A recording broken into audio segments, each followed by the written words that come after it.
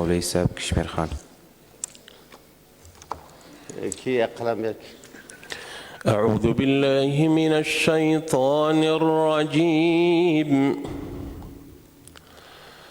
بسم الله الرحمن الرحيم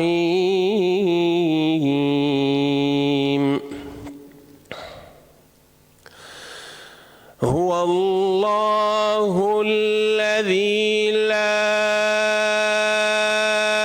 إله إلا هو عالم الغيب والشهادة هو الرحمن الرحيم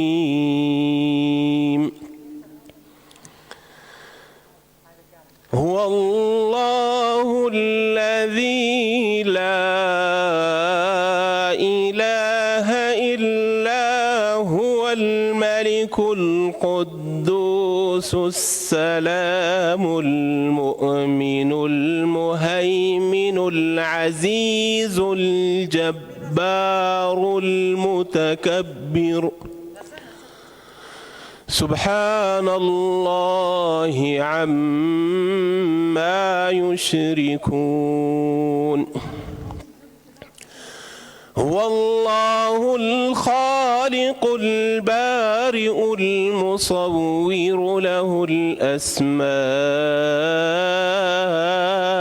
الحسنى يسبح له ما في السماوات والأرض وهو العزيز الحكيم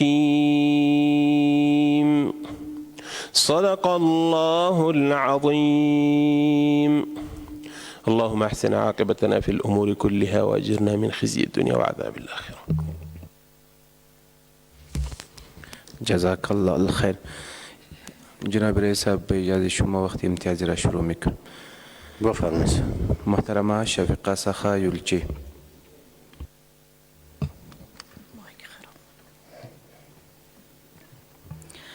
به نام خداوند توانا و دادگر.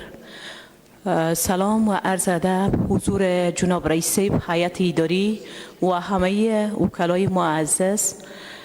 صبح همه شما بخیر.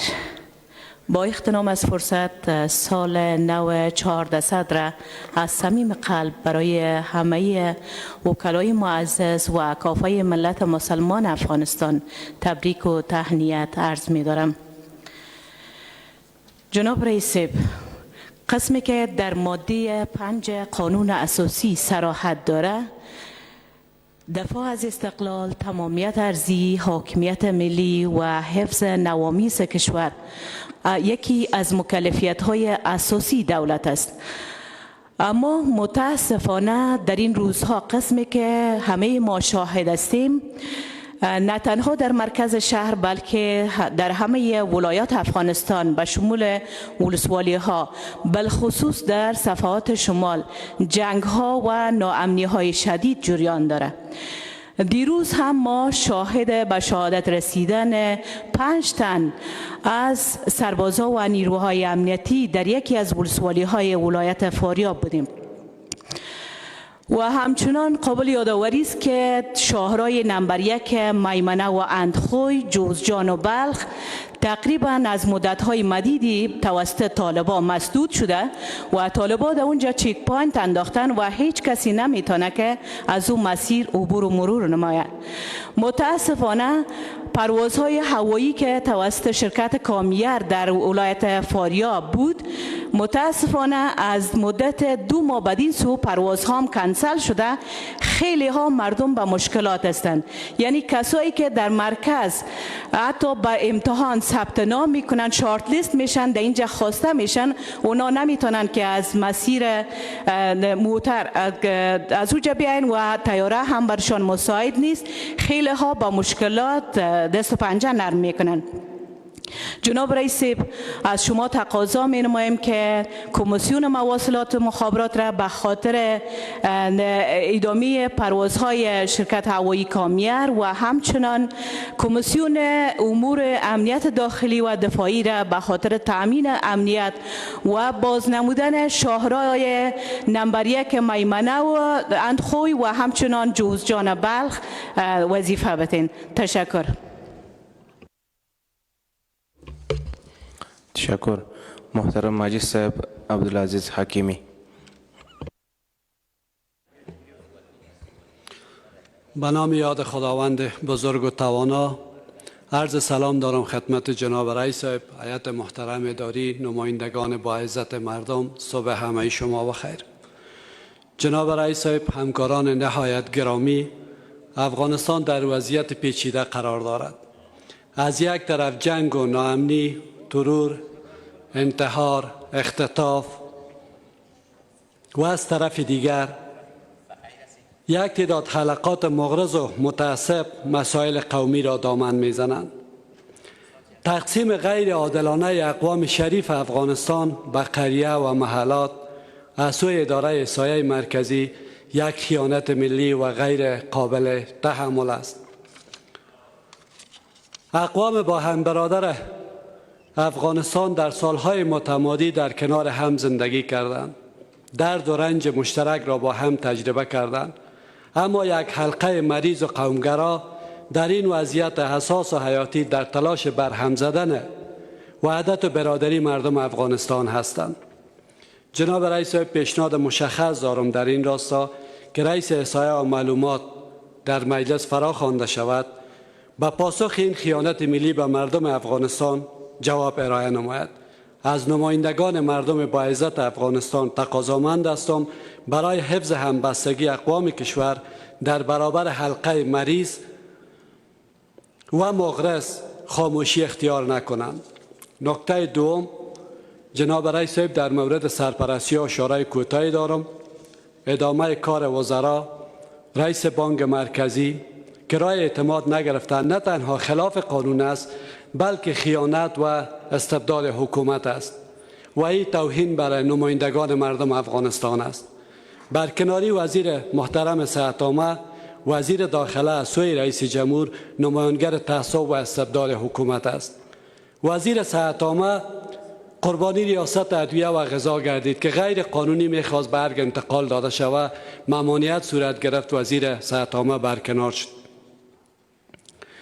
وزیر محترم مالیه قربانی تعصبات قومی شد و تغییرات زیادی در وزارت محترم مالیه صورت گرفت، اما با تاسف توهین هم به وزیر محترم مالیه است هم بر وزیر محترم داخله.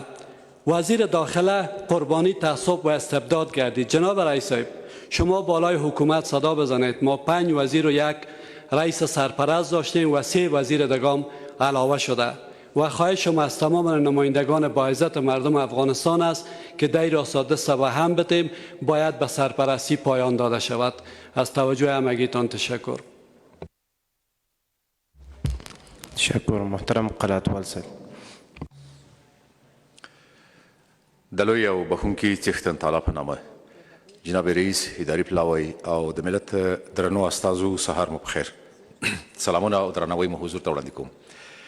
جناب رئیس صاحب، امیش چې تکلم کوو، خبرې کوو، وایو چې افغانستان په ډیرو حساسو پړاوونو کې دی او اوس د زړه له تله باید دا خبره یاد کوو او واقعیت هم دی چې افغانستان په یو سرنوشت ټاکونکې مرحله کې قرار لري. ولسي جرګه یو د هغو 3 قواو له جملې څخه دی چې د حکومت پر ټولو اعمالو باندې نظارت، کنټرول او څارنه یوه له دندو څخه ده. ولته سوال پیدا کیږي او معقلین دا پوښتنه کوي چې آیا ولسي جرګه توانېدلې ده چې دغه دنده، دغه مسؤلیت چې ور په غاړه دی په سمه توګه باندې اجرا کړي؟ یوه غوښتنه چې لرو او پیشنهاد کوو جناب رئیس صاحب چې د تېرې چهارشنبې په ورځ باندې چې دلته باید د ولس آواز منعکس سوی وای او له دې سره جفت وړاندیز مو دا دی چې د شنبې او پنجشنبې ورځې حداقل که نور څه نه دلته آزاد بحث خو باید وکړو دا د خلکو د زړه بړاس خو باید منعکس کو د خلکو غوښتنو ته خو باید مثبت ځواب وویلی شو. پیشنهاد مې دا دی چې د شنبې او پنجشنبې ورځې هم ولسي جرګه باید یا په کمیسیونونو کې یا په تالار کې باید غونډه ولر شي، ځکه وضعیت ډیر اساس او په ډیر سرنوشت ټاکونکو مرحلو او پړاوونو کې قرار لرو.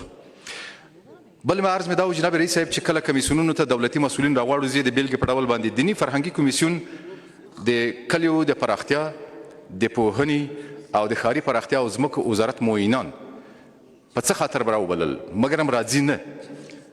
عرض درته وکړم چې د معارف وزارت معین مو په دې خاطر راغوښتی دی چې د کوټې په ښار کې د شهید عبدالرحیم نیازي د مکتب په نوم باندې جعلي د 12 صنف د فراغت اسناد ترتیبیږي. موږ ته باید دوی ځواب ووایي اسناد موجود دي. همدارنګه د ښاري پراختیا وزارت معین راغواړو، ساختماني معین په دې خاطر باندې راغواړو چې ما ته باید دی ځواب ووایي چې د زابل د ارغنداب ولسوالۍ د سرخسنګ په سیمه کې چې یو مکتب 50% کار تکمیل شوی نه دی، پیسې په کوم اساس باندې 50% ورکړل شوي. د کلیو د پراختیا وزارت مسؤلین راغواړو، په دې خاطر راغواړو چې زما سره ژمنه سوې وه 50 بابه مکتب باید په 1399 کال کې دی ماته جوړ کړي او 133 مکتبونه چې په دغه 2 کلونو کې جوړیږي آیا پروپوزل او آینده پروګرامونه جوړ دي؟ آیا 50 بابه مکتب ولې ونه سوی کړی چې جوړ کړي؟ دا هغه ستونزې او مشکلات دي جناب رئیس صاحب چې د خلکو دغه مسلم حق ته د خلکو دغه برحق غوښتنې ته وکیل باید ځواب ووایي. په غیر لغي زموږ حیثیت د ولسي جرګې د تالار حیثیت دی او د ولسي جرګې د تالار حیثیت زموږ حیثیت دی. موږ نه غواړو چې خلکو ته بې ځوابه پاتې شو. ځواب باید قانوني ځواب ورته. جناب قلات صاحب شما خب ارتباط مکتب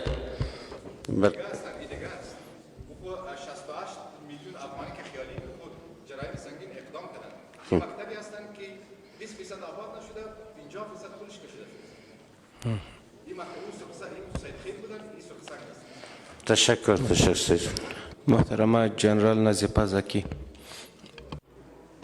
بسم الله الرحمن الرحیم. هیئت محترم اداری، جناب رئیس، وکلای محترم ملت، السلام علیکم و رحمت الله و برکاته. جناب رئیس و چند موضوع اشاره میکنیم. در قدم اول در رابطه با نیروهای امنیتی ما که ما قبلا هم گفتیم در رابطه با ازدیاد معاش سربازای نیروهای امنیتی که گرچه در بودجه افغانستان نبود او را از طرف استکا داده میشه که این موضوع را پیشنهاد کردیم که شما این وظیفه بگیرین با طرف مذاکره کنین و معاش سربازای نیروهای امنیتی را از هر 3 ارگان باید بلند برده شود. به دلیل از اینکه فعلا که ما شما همینجا شیشتیم به قربانی همین نیروهای امنیتی است و هر روزم قربانی میتن، هر روزم به ده ها شهید و جنازه ما به ولایات مختلف روان میکنیم. مگر به معاش بسیار ناچیز است جناب رئیس صاحب که به حد اندازه معاش ناچیز است که اینا به مشکلات فامیلی خود اصلا کتی معاش رسیدگی کرده نمیتونن. باید پاس نیروهای امنیتی را داشته باشیم. همین لحظه ببینید یک لیدرسیز در سطح کشور تمام روز گاید هلمند است، گاید قندار است تنظیم میکنن مگر اونا صلاحیتی بلند بردن معاش ندارن. نمی وکلاست، نمی خانه ملت است که باید از نیروهای امنیتی جدا حمایت کنن و معاشات سربازای ما باید بلند برده شود تا اینکه اینا به اعصاب آرام از یک طرف اگر در جنگ هستن از طرف خانواده‌هایشان به معیشتشان باید رسیدگی شود که این جدا رئیس بازم پیشنهاد میکنم هر روزم که جلسات شود ما در رابطه با نیروهای امنیتی به خاطر که از برکت خدا و از برکت جانفشانی همین نیروهای امنیتی است که ما کار میکنیم. پارلمانی داریم، قوه سگانه داریم، مکاتب فعال است، پانتونها فعال است و غیره و غیره. بازم توجهتان جدا رئیس خواهان هستم. موضوع دیگه جناب رئیس موضوعی است که پروازها به ولایات اکثر ولایات شمال شرق کاملا قطع است. نه پرواز ملکی است، طیارهای نظامی ما کمتر است چون اونا با مسائل جنگی و لوجستیکی رسیدگی میکنن. طیارات ملکی در میدان است. من نمیفهم روی چی دلیل اینا توقف کردن که همین سربازا و نیروهای ما که به رخصتی و تعطیلات به ولایات سمت شمال شرق میرن اینا از روی زمین اگر برن شما خبر دارین که در مسیر راه اینا به شهادت میرسن از طرف تروریستا، از طرف قاتلا که باید طیارات ملکی هم پروازهای خود به طرف بدخشان، قندوز، تخار آغاز کنه که در رابطه هم توجه شما را خواهان هستم. موضوع دیگه جناب رئیس، در بعضی ولایات بعضی اراکینی که مقرر میشن باز اینا میروند مسائل قومی را دامن میزنن. مثلا در ولایت بدخشان شکایت رسیده از منصوبین پلیسش که قماندان امنیتی که در اونجا تعیین شده از قوم محترم ازبک است، مگر با مسائل قومی دامن میزنه، دیگه با دیگه افسرا و منصوبین دوسیه سازی میکنه به نام که تو غفلتی وظیفه میکردی، تو وظیفه را انجام ندادی. اونا را بعد از چند روز نظارت خلاف قانون، خلاف تمام اصول و قوانین امور پلیس، اینا را بعد منفک میکنه، دوسیه هم به زمینه میسازه، رخصتشان میکنه و در عوضش افرادی وابسته بر خودش که بتونه برش یک زمینه سازی به دیگه مسائل کنه، باز اونا را مقرر میکنه که این موضوع هم باید جلوش گرفته شود. از خانه ملت به تمام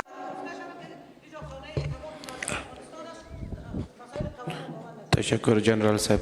محترم مولوی ذبیح الله عتیق.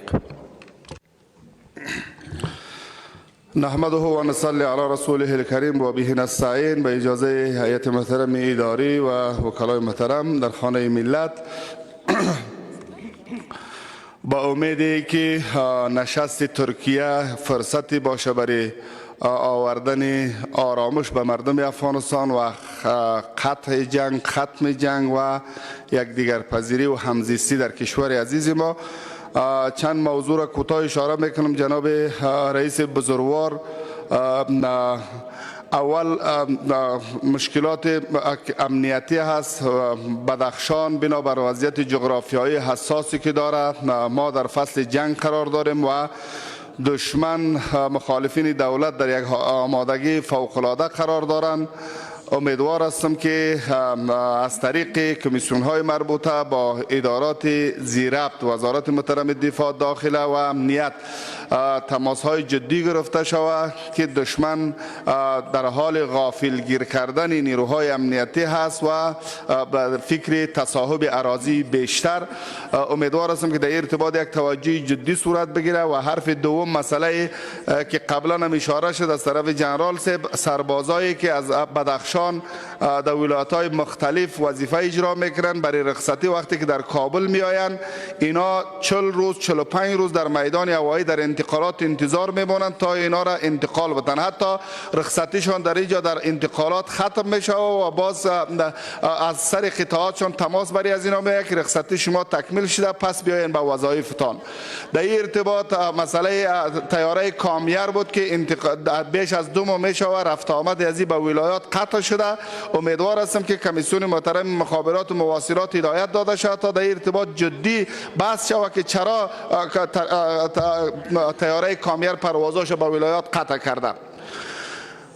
حرف دیگری که پیام یک سرباز است که از ولایت بغلان از برکه بغلان به ما پیام داده است که قطعات نظم عامه را اینا انتقال دادن به وزارت دفاع. بعد از انتقال صاحب منصبا را آوردن در بست سربازی و بازم اینا را مکمل تنقیص دادن. امیال سربازی که از بدخشان در برکه بغلان وظیفه اجرا میکنه 3 ماه 4 ماه است که او معاش نمیگیرد. در این ارتباط هم کمیسیون محترم مربوطه باید توجه بکنه. و حرف دیگری که بسیار ضروری است مسئله توزیع تذکره برقی. جناب رئیس، امی استبداد امی ظلمی را که بالای مردم افغانستان میشوه امی را کی بازخواست کند، کی بشنوه؟ مریضی که برای تداوی میآید باید او اول تذکره برقی بگیره. او در بالای ویلچر است به مردم میگه تو تذکره برقی بگی باز پاسپورت بگی. متقاعدی که 10 سال تقاعدی داره او میآید از کابل که تقاعد بگیره میگه تو به تمام تشکر جناب مولوی.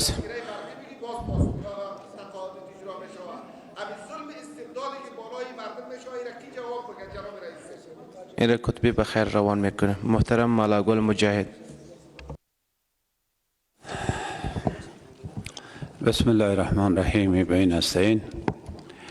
هیئت اداری وکیل صاحبای بزرگوار، صبح شما بخیر. جناب رئیس صاحب، همی از سال 99 پروژه یک برای 1400 مان، از 2 ماه پیشتر همی پروژه یک به انکشاف دیات است. فایدامه میگه مربوط به من نمیشه، انکشاف دیات میگه مربوط به من نمیشه. تماما پروژه همونطور به جای خود است. ما فکر میکنم که ما به رخصتیام نرفتیم، ایجاد بند بود، کشمکش بود، هیچ کار نشد. فکر میکنم که کدام نتیجه نخواد بده، کلش دیکتاتوری است. و چه رقم که وکیل صاحبا گفت ما در باز وزارت ها کسایی که از ما رای نگرفتن ما اونجا نمیریم، اگر بریم هم کار ما نمیشه. میال شاروالی کابل و دروازهش به روی وکیلا بند است، وزارت معارف، رئیس افغانستان بانک، دیگه وزارت ها. من فکر میکنم که ای آمدن ما، ای گشتن ما، ماکلین ما مشکل داره، هیچ نتیجه نمیده. قانون شکنی از طرف هر ریاست جمهوری است. کسایی که سرپرست است دیگه وزیر صاحبا را بر ما معرفی کنه که یاره اعتماد از ما بگیرن. همیال ما در وزارت معارف بسیار کارهای ما رفتن نمیتونیم، میگه شما مجاهدین ملاها کسایی که بود مرا رای نداده کارتون نمیکنم. شاروالی را به سرندوالی معرفی کردین هیچ نتیجه نداد. او را شما از سرندوالی یک مکتوب شما روان کنین بخواین که در مورد از چی بررسی کردن. و وام یک آدمی است که شما فکر کنین که فقط بگی که بعد از ریاست جمهوری دوم نفر افغانستان شاروال کابل است. این خورای حلش نیست، به رقم کنای کار میکنن. جناب رئیس صاحب اگر قانون شکنی از هر ریاست جمهوری نباشه، همیشه که امنیت بهتر نمیشه، همیشه که مردم سر حکومت افغانستان باور نمیکنه، کل روز به روز امنیت خراب میشه، روز به روز مردم از حکومت فاصله میگیره، ارگانای امنیتی ما در سنگرها شهید میشه، مردم ملت به اینا هم کار نیست. علتش اینمی چیز از جناب رئیس صاحب فقط در این مورد توجه شما را میخوایم که اگر به این شکل باشه دیگه این باز قانون شکنی از طرف هر ریاست جمهوری است. خواهش ما از رئیس صاحب جمهوری است که دیگران را معرفی کنن، روان کنن که اینا را ببینن. کسی که دوسیه داره او را میاره در جای وزیر داخله را میبره به دیگه جای، یک جای دیگه جای. 2 ماه میشه که از ما باز دوستا رای نگرفته، بالاخره وضعیت افغانستان اینا خراب میسازن. نه ملت افغانستان، ملت کلش آرام است و آرامی میخواین، اینا را نارامی میخواین. سلام علیکم. محترم دکتر صاحب رمضان بشر دوست. به نام حق و به یاد شهدا من یک مقدمه دارم و پیشنهاد تحریری هم دارم. در وقتی که ما درباره بودجه بحث میکردیم، مردم عام افغانستان میگفت که خیرتون به ما نمیرسه، شرتون نرسد. من تعجب میکردم، اما دیدیم که عملا شر ما رسید. از اجیر مامور عادی مددماشون قطع شده، 2000 3000 در وزارتخانه ها و حتی در وزارتخانه های امنیتی، و اضافه کاریشون در خود پارلمان داده نشده. حتما به شما میگوید که دادن. بعد اینجا در پارلمان شایع است که از این پول اضافه کاری شما در هتل های لوکس و رستوران های لوکس و لذیذ مصرف میکنید. گفتم شاید کار نکنه، امپراتوری دلار است اونا، شاید قدر پایین نشود. امیدوار هستم در این رابطه توجه کنید. مسئله دیگر که من تحریما پیشنهاد میکنم، در دین و آیین ما میگوید یک انسان بیگناه را که بکشی مثل که تمام انسان ها را کشتی. یک احمد یا محمود یا زلمه یا ناصر که اینجا کسی بکشد مثل که 6 میلیارد کشته است. و قانون اساسی ما میگوید که حکومت تأمین امنیت مال و جان میکند، اما حکومت میکشد. در سال 2020 طبق آمار سازمان ملل متحد ما در روز 8 کشته ملکی داریم، 8 نفر کشته ملکی داریم و 43% این کشته ها زن و کودک است. کی میکشد اینا را؟ آمار سازمان ملل. طالبان 43%، داعش 8%، حکومت 23%. 11% کشته هایی که حکومت میکند توسط حملات هوایی است. ما دیروز شاهد فاجعه در ولسوالی در ولایت خوست بودیم، ولسوالی سبره 12 نفر کشته شده. صبری. در خاشرود 18 نفر از یک فامیل. در میدان وردک و 3 کودک در خاشرود. هم طالبا هم داعش هم حکومت اول منکر می شود، بعد وقتی اسناد و مدارک و ویدیوها منتشر می شود معذرت می خواهد، تسلیت می گوید. ما در چه کشوری زندگی میکنیم که حکومتش مردمش میکشه؟ حکومتش مردمش میکشد، نه تنها هزاره. در خوست هزاره وجود ندارد، در میدان وردک میکشد، خب میگوید هزاره است، اما در خوست که هزاره ای نیست، در خاشرود که هزاره ای نیست، در لوگر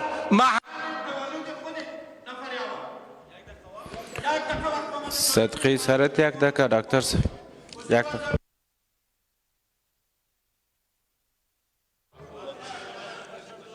بنابراین حتی دولت احمد و محمود، علی و ناصر زن و کودک میکشد که من قماندان غیر قانونی فلان دستگیر میکنم در مزار، در بیسود، یا من دو طالب دستگیر میکنم یا دو داعش، میره کیره میکشد، میره او زن و کودک بیسود میکشد برای به اصطلاح دستگیری قماندانی که چند ماه پیش در صدارت بود، در صدارت بود، او را از زندان خود غین و دانش کشید و مثل یک پادشاه استقبال کردن. آلی او برادر، اگر احمد مسئول است، او کودک بیچاره چه گناه دارد؟ ادعا دارد که من طالب میکشم در خاشرود. خود دو تا طالب میخوای بکشی یا دستگیر کنی، چرا 18 فامیل میکشی؟ او فامیل چگونه میتواند که جلوی طالب بگیرد که در خانهش وارد نشود؟ مگر جهادیایی که اینجا نشستند در خانه تشکر. بس است دیگه دقیقه صدقی سرت نمیشه دکتر صاحب. محترم فاطمه بشر دوست میگی در صدارت خود نام بگی پیش کی بود؟ چه میکرد در صدارت؟ بسم الله الرحمن الرحیم. واضح نمیگی؟ چرا 2 دفعه بر تو وقت داده شد؟ بازاشه میری، نه تو را که وقت دادم با دیگه میری.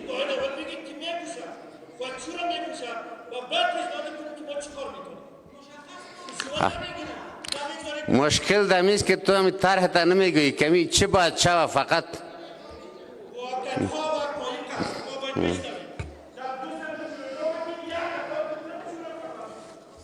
بسم الله الرحمن الرحیم. با تقدیم احترامات به نام خداوند ایزد متعال، آقای بشردوست اجازه بدین که صحبت بکنیم. بسم الله الرحمن الرحیم. جناب رئیس صاحب، با سلام و درود خدمت همه وکلا، خصوصا خواهر عزیز ما که نو به جمع پیوسته، به یاد و روح شهدای نیروی نظامی کشور ما، شهدای ملکی ما و خصوصا شهدای ولایت میدان وردک و بهسود، به یاد شهدایی که به دست قماندان به طور مستقیم به حکم یک قماندان به طور مستقیم کشته شد، به یاد شهدایی، به یاد مادر و اطفالی که متاسفانه به دست نیروهای نظامی ما کشته شد، نیروهای نظامی که وظیفهشان تامین امنیت هستند. جناب آقای اشرف غنی، یک مادر و یا یک طفل، مادران و اطفال بهسود چطور میتونن یک تیاره تو رو سقوط بدن؟ چطور یک مادر و یک طفل به هدف از اینکه انتقام یک تیاره را ازش بگیری تو اونا رو هدف قرار میدی؟ چطور مادرها و اطفال به هدف که انتقام بگیری اونا رو هدف قرار میدی؟ کدام تیاره تا امی مادری که به شهادت رسیده یا امی طفلی که به شهادت رسیده سقوط داده؟ برای ما وضاحت بدین لطفا. چرا نیروهای نظامی ما را مجبور میکنین که افراد ملکی را در بهسود به شهادت برسانند؟ چرا؟ قماندانی که قاتل 18 نفر بود و حکم قتل 18 نفر داد، شما او را تبعید میکنیم به دیگه جای، به جایی که به جزا بتین و به سرانوالی و محکمه و به سیستم عدلی و قضایی مراجعه شود. چرا عدالت برقرار نمیشه؟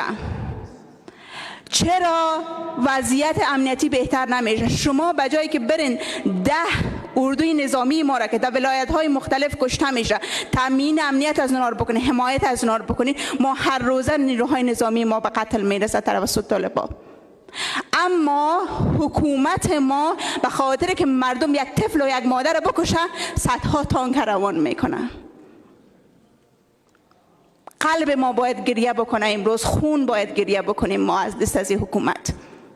حکومتی که وظیفهش تامین امنیت هست اما امروز مادر و اطفال ما را میکشه. و این جامعه جهانی که سکوت کرده، یونمایی که سکوت کرده، کمیسیون حقوق بشری که سکوت کرده، سفارت امریکایی که سکوت کرده، چرا سکوت کردین؟ آیا واقعا همین مادر و همین طفلش همون طیاره رو سقوط داده؟ واقعا همین مادر همون طفلش بر ضد همین حکومت استاد شده؟ چرا جامعه جهانی امروز سکوت میکنه؟ چرا از حکومت بازخواست نمیکنه؟ چرا هیچ کس صدای مردم بهسود نمیشنوه؟ صدای مردم ملکی که امروز هر روز به قتل میرسه، به قتل. تشکر. محترمه وجمه صاحبی. بسم الله الرحمن الرحیم. د لوی او بخونکي څښتن تعالی په نامه عزتمنو وکیل صاحبانو، جناب رئیس صاحب، اداري هیئت، زما سلامونه او نیکې هیلې ومنئ. نوی کال او نوې پیړۍ مبارک شه او خدای دې قدم په افغانستان نیک کړي چې یوه دایمي سوله په دې وطن کې برقراره شي. جناب رئیس صاحب، دوه درې موضوعګانې دي چې غواړم ما د سیزغلنده کتنه او ویل پې وکړم چې یو د ځوانانو بیکاري ده چې په ټول افغانستان کې د ځوانانو بیکاري داد او فریاد کوي. ورځ تر بلې زموږ پوهنتونونه خصوصي اضافه کیږي، فارغینو تعداد شمیر نور له شمیره وتلی دی مګم وظیفه نشته، کار نه پیدا کیږي. هیله مې دا ده چې اړونده وزارتونه لکه کار امور اجتماعي چې د کار د پیدا کولو دپاره یو لارې چارې ولټوي او په دې باره کې دا ځوانان د رواني تکلیف خلاص کړي چې زموږ ټول ځوانان په رواني تکلیف اخته دي. بل جناب رئیس صاحب، 9 تنو وژنه د زموږ د افغان امنیتي ملي ځواکونو او بالخصوص زموږ د هغه پیلوټانو چې د وطن په فضا کې تامین امنیت کو او د افغانستان د خلکو دپاره خدمت کو، په تاسف سره چې زموږ د ریاست جمهوری د دوم معاون صاحب په ضمانت د یو یاغي باغي سریلا خودسره غیر مسؤل شخص ملاتړ او خوشي کېدل چې هغه د دې باعث شه چې زموږ دغه بچیان د تورو خاورو کندو ته ولیږل شي. دا هم مور راوړي بچیانو او دوی هم مور درلودل او هم یې میرمن درلوده او هم یې بچیان درلودل. زه ویم چې موږ او تاسو باید دا مسلې او دا خبرې قوم ته کش نکو او قومي ته یې وانړو. باغي باغي دی، یاغي یاغي دی او د غیر مسؤل شخص نیوله د افغان امنیتي ځواکونو دنده ده او زه آفرین او شاباس ویم د امنیتي ځواکونو رهبرۍ ته او ملاتړ تر کومه چې د دغسې باغي شخص په لټونه کې عملیات کوي نو په عملیاتو کې حتمي په جنګ کې الوا نه تقسیمیږي. دا تجربه ده چې حتما سهو او اشتباه منځته راځي مګم دا د دې باعث نه ده چې من خپل افغان امنیتي ځواکونو باندې نالت وویو یا د هغوی نه ملاتړ ونه کړو. زه شخصا د وزارت دفاع د رهبرۍ نه چې اوس یې په راس کې ډاکټر ضیا دی مننه ترې کوم او وایم چې آفرین دې په تا غوندې زوی شي. جناب رئیس صاحب، تاسو ولیدل چې څو یاغیان او باغیان د مختلفو قومونو ونیول شلو او د اعدام په حکم باندې محکوم شلو او اعدام شلو مګم یو قوم راجګ نشو د دې ملت په کور کې او وی نه ویلی چې زما د قوم دغه فلانې یاغي او غل ولې اعدام شو. یک دقیقه.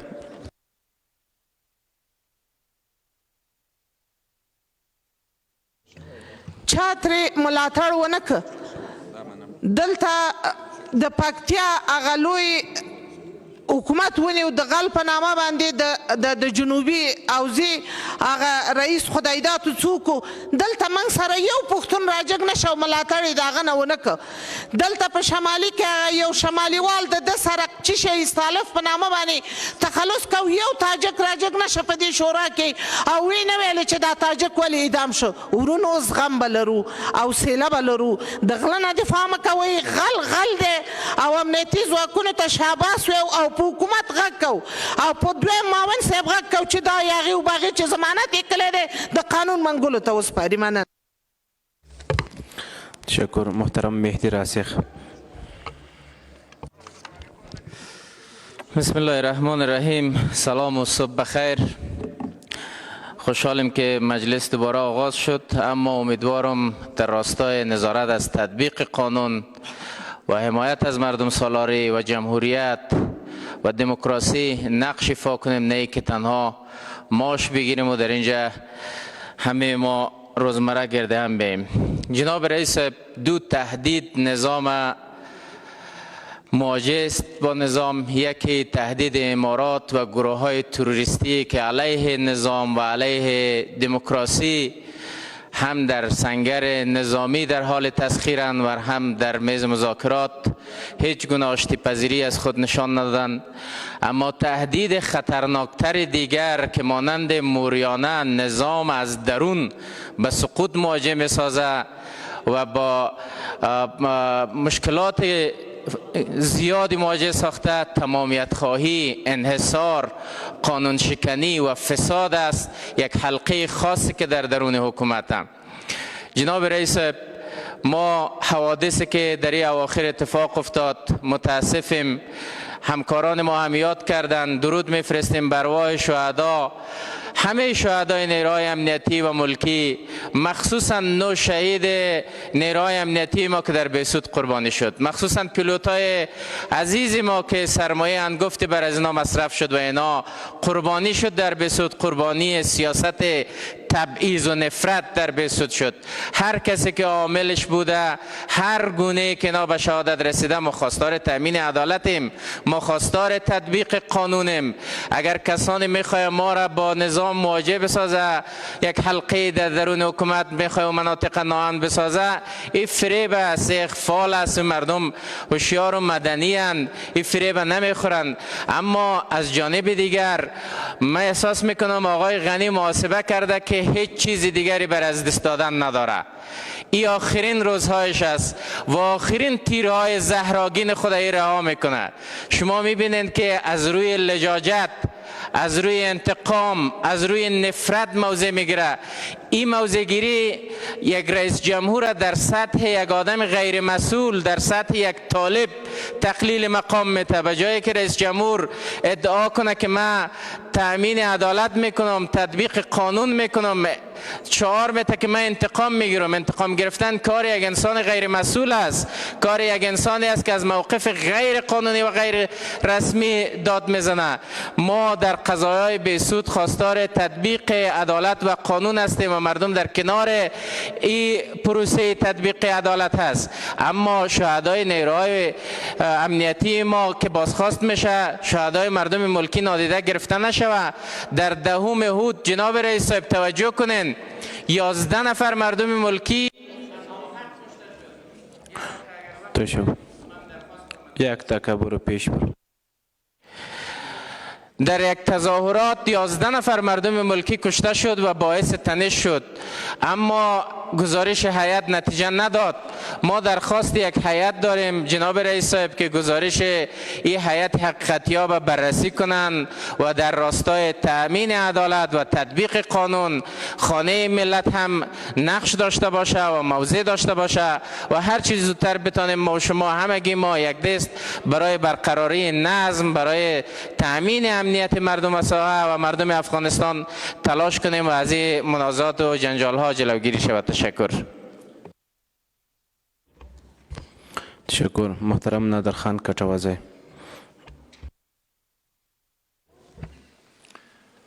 دلوی او بخونکي خدای په نامه د جناب رئیس صاحب اداري هیات او د ولس د درنو استادو په اجازه تر هر څه مخکې د نوي کال مبارکي ټولو ته یم. خدای پاک دې د سولې او د برکت کال کې. عزیزانو، د ما دغه دریم کال ده چې په دغه ولسي جرګه کې یم او ما تر اوسه پورې د پښتون، تاجک، ازبک، هزاره د دغو فرق ما نه ده کړی. د ما لپاره ټول افغانان دي او دغه ټوله یوه وینه ده. تر څو پورې چې موږ یو ملت نسو، تر هغه پورې موږ پرمختګ نسو کولی.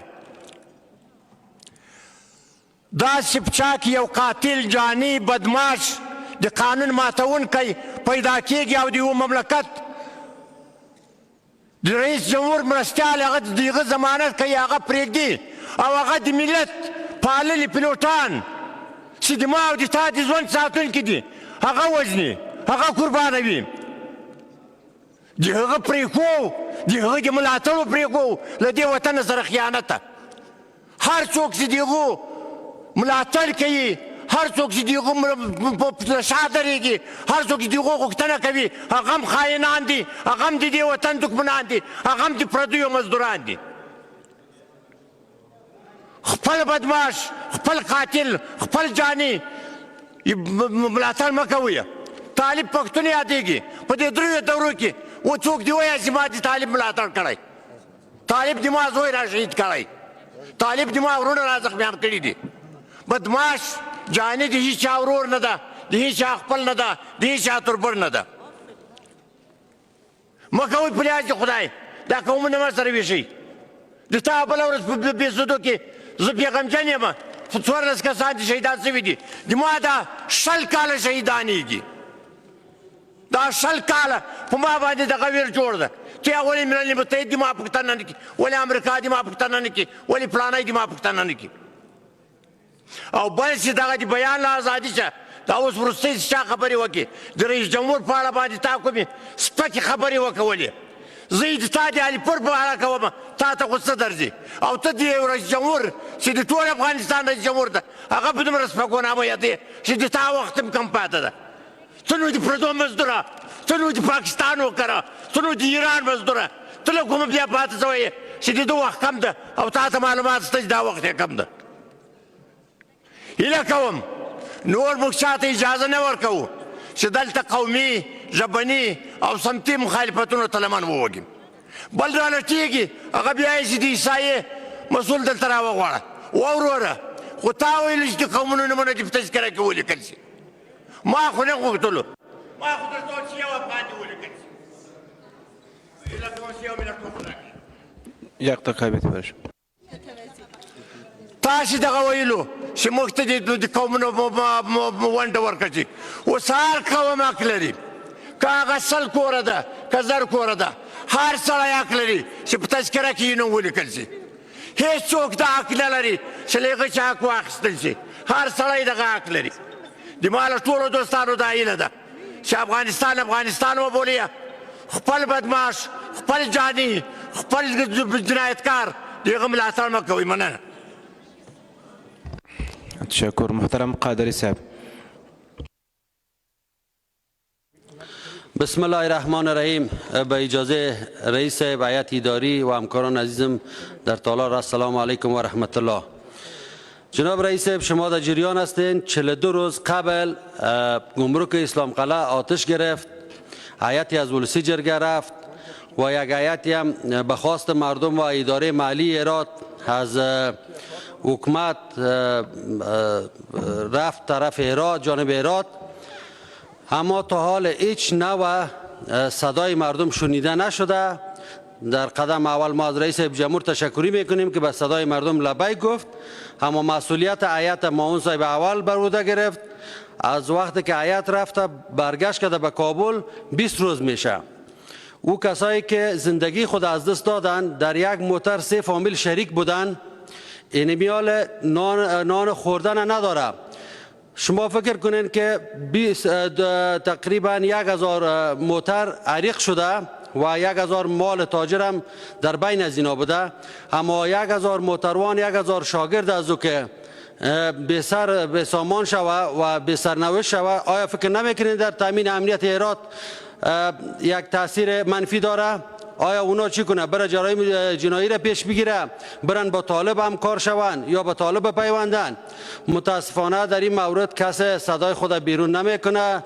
جناب رئیس صاحب از شما خواهش دارم که به جانب حکومت و یا امی هیئت که طرف هرات رفتن تحت ریاست وزیر ضد حوادث اینا یا در تالار خواسته شوه یا در کمیسیون خواسته شوه که از اینا معلومات شوه که اینا چی بررسی کردن عوامل اصلی از آتش دوزی و این فاجعه کلان کی بوده مردم ما هر روز آرامش میدیم که امروز دولت تصمیم میگیره، فردا تصمیم میگیره، متعال که هیچ نوع تصمیم در این مورد گرفته نشده. بدون شک کسایی که در خود گمرک اسلام قلعه بودن، مسئولینش از گمرک گرفته تا کمیسار تا پلیس سرحدی و دیگر ارگانهایی که اونجا مسئولیت داشتن دخیل هستند. اینمی فاجعه در مواطن یا در تحت تصرف حاکمیت ونمو حکومت یا ونمو گمرک شده. مردم مخصوصا موتروان و موتردار خواستار تاوان خود هستند و اونا مستحق هم هستند. اگر تاوان از داده نشد، یعنی من برای شما این جزمی تریبون برای شما میگم که مردم شورا را دوباره بند میکنه، ولایت بند میکنه، خدا نخواسته یک فاجعه دیگه به بار نبیاید. و خواهش ما جانب حکومت و مخصوصا رئیس جمهوری است که هرچی عاجل این مورد جدی تعقیب کنه و هدایت بتن که تا کسایی که متضرر شدن بر از اونا خساره جبران خساره شود. اگر کسایی که عامل این قضیه بودن اونا به محاکم عدلی و قضایی سپرده شود و حتی جبران خساره هم از اون مردم گرفته شود. در غیر آن این مردم دیگه آرام نمی باشه و تشکر. محترم عزیزه جلیس. الله الرحمن الرحیم. با اجازه همکارای عزیز، جناب رئیس، حکم و هدایت قانون است. ماده 22 قانون اساسی میگه که هر نوع تبعیض امتیاز بین اتباع افغانستان ممنوع است. اتباع افغانستان هم از زن و مرد در برابر قانون دارای حقوق و وجایب مساوی می باشه.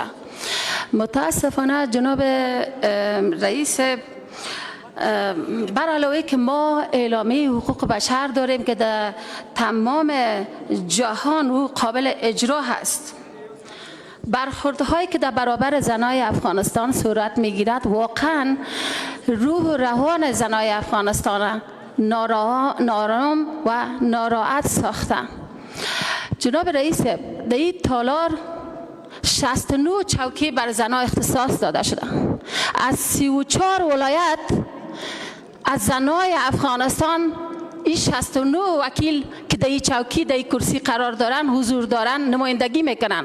متاسفانه امروز نشست هایی که یا مذاکراتی که وجود داره، جریان داره، زنها چرا حضور ندارن؟ چرا کم رنگ هستن نسبت به تناسب مردا؟ امروز ما میبینیم که در جلسه مسکو، در نشست مسکو، به چه تعداد زنها حضور داشتن؟ ما نمیخوایم جناب رئیس در نشست ترکیه این وضعیت تکرار شود. زنها از حق خود، از آدرس خود نمایندگی بکنن. زنها میتونن از حق خود دفاع بکنن. ما نمیخوایم که از حق زن اون مردایی که همیشه باعث تخریب هویت زنها شده، باعث تباهی افغانستان شده، از زنان نمایندگی بکنم. جناب رئیس، اونمو تو که میگیم واقعا تبعیض چی است؟ یک نوع امتیاز خواهی است که انسان چی میکنه؟ از انسانیت، از عقل، از وجدان بیرون میکنه. جناب رئیس، ما نمیخوایم به عنوان فرهنگ تبدیل شود.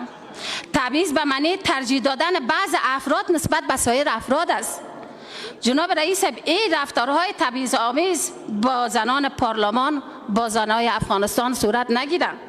جناب رئیس، وقتی که بخواین به قدرت برسن، وقتی که بخواین کمپاین داشته باشن، انتخابات داشته باشن، نشست های حزبی، برنامه های که به نفع خودشان باشه، از زنها استفاده میکنن، چرا در تصمیم گیری ها با زنها را فراموش میکنن؟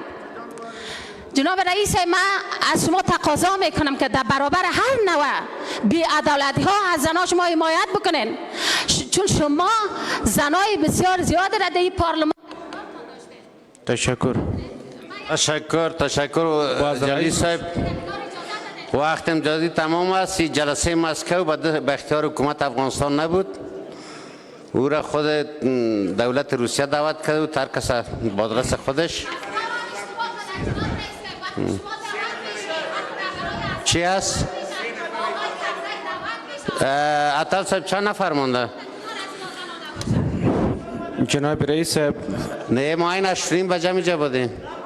تو رئیس صاحب 16 نفر مانده.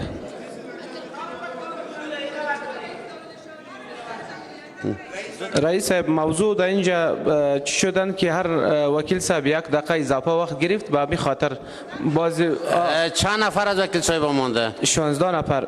اوه نه نمیشه. جناب رئیس 3 نفر اجازه بده که نه اجنده برو زیاد داریم.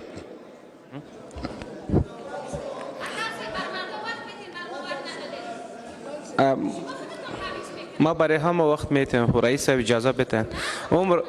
رئیس صاحب برشان 1 دقیقه اضافه دادن، حق دیگرها را خورده شد. اگر حالی باز 1 دقیقه تو رو وقت بتیم اضافه میشه. سعید محترم ملاله ساکزی.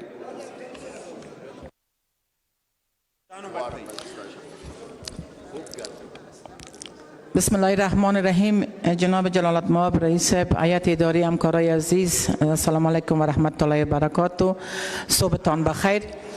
جناب رئیس، مسئله 3 موضوع میخوایم صحبت بکنم. موضوع اول موضوع سرپرست وزیر صاحبا هستند. جناب رئیس، در کدام ورق قانون اساسی آمده که وزیری که از پارلمان، از داخل تالار، از نمایندای مردم افغانستان رای میگیرن، اونا بدون موجب از وظیفهشان برکنار میشه و سرپرست وزیرایی که رای اعتماد نگرفتن تا حال به کرسی های خود مانده و وظیفه خود ادامه میتن. جناب رئیس، این موضوع باید جدا بررسی شود و سرپرست وزیر صاحبایی که فعلا ششتن فرهنگ از بین بره و جناب رئیس جمهور باید وزیرای نو به شمول رئیس بانک بر ما معرفی بکنه.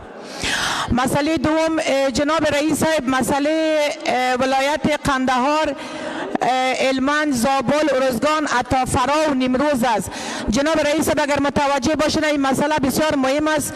مسئله مردم لوی قندهار هستند که ما یک سفر داشتم به ولایت قندهار، اکثریت مردم های قندهار لکه د هلمند، لکه د کندهار، لکه د زابل، لکه د ارزگان او د هرات او د فرا زیاتر مریضان چې پخوا دوی د کامیار د شرکت د طریق څخه د کندهار څخه و هندوستان ته د مریضي د داوی لپاره تلله، ولې متاسفانه چې اوس پروازونه د کندهار څخه قطع شوي دي او د لوی کندهار او د فرا او د نیمروز مریضان یوارې راځي کابل ته او د کابل څخه دوی ټکټان اخلي برته ځي و هندوستان ته. د دوی د مشکلاتو وضعیت ډیر خراب دی. جناب رئیس صاحب دوی کابل ته چې راځي دوی باید په هوټل کې شپې وکړي او بیا وروسته دوی ته ټکټان ورکول کیږي او دوی ځي خپل تداوی ته هندوستان ته. او بله مسله جناب رئیس صاحب دا باید جدي بررسي وسي. او بله مسله دا ده چې د دوشنبې په ورځ او د چهارشنبې په ورځ چې د ماکلینو ورځ ده چې وکیل صاحبان ځي وزارتو ته خپل د ماکلینو د مشکلات د رفع کېدو دپاره. متاسفانه چې اکثریت وزیر صاحبان په خپل وزارتو کې نه وي. دوی یا وایي چې په هر کې دي یا وایي چې جلسه لري د خارجیانو سره په یو نحو په بل نحو دوی حضور نه لري په وزارت کې.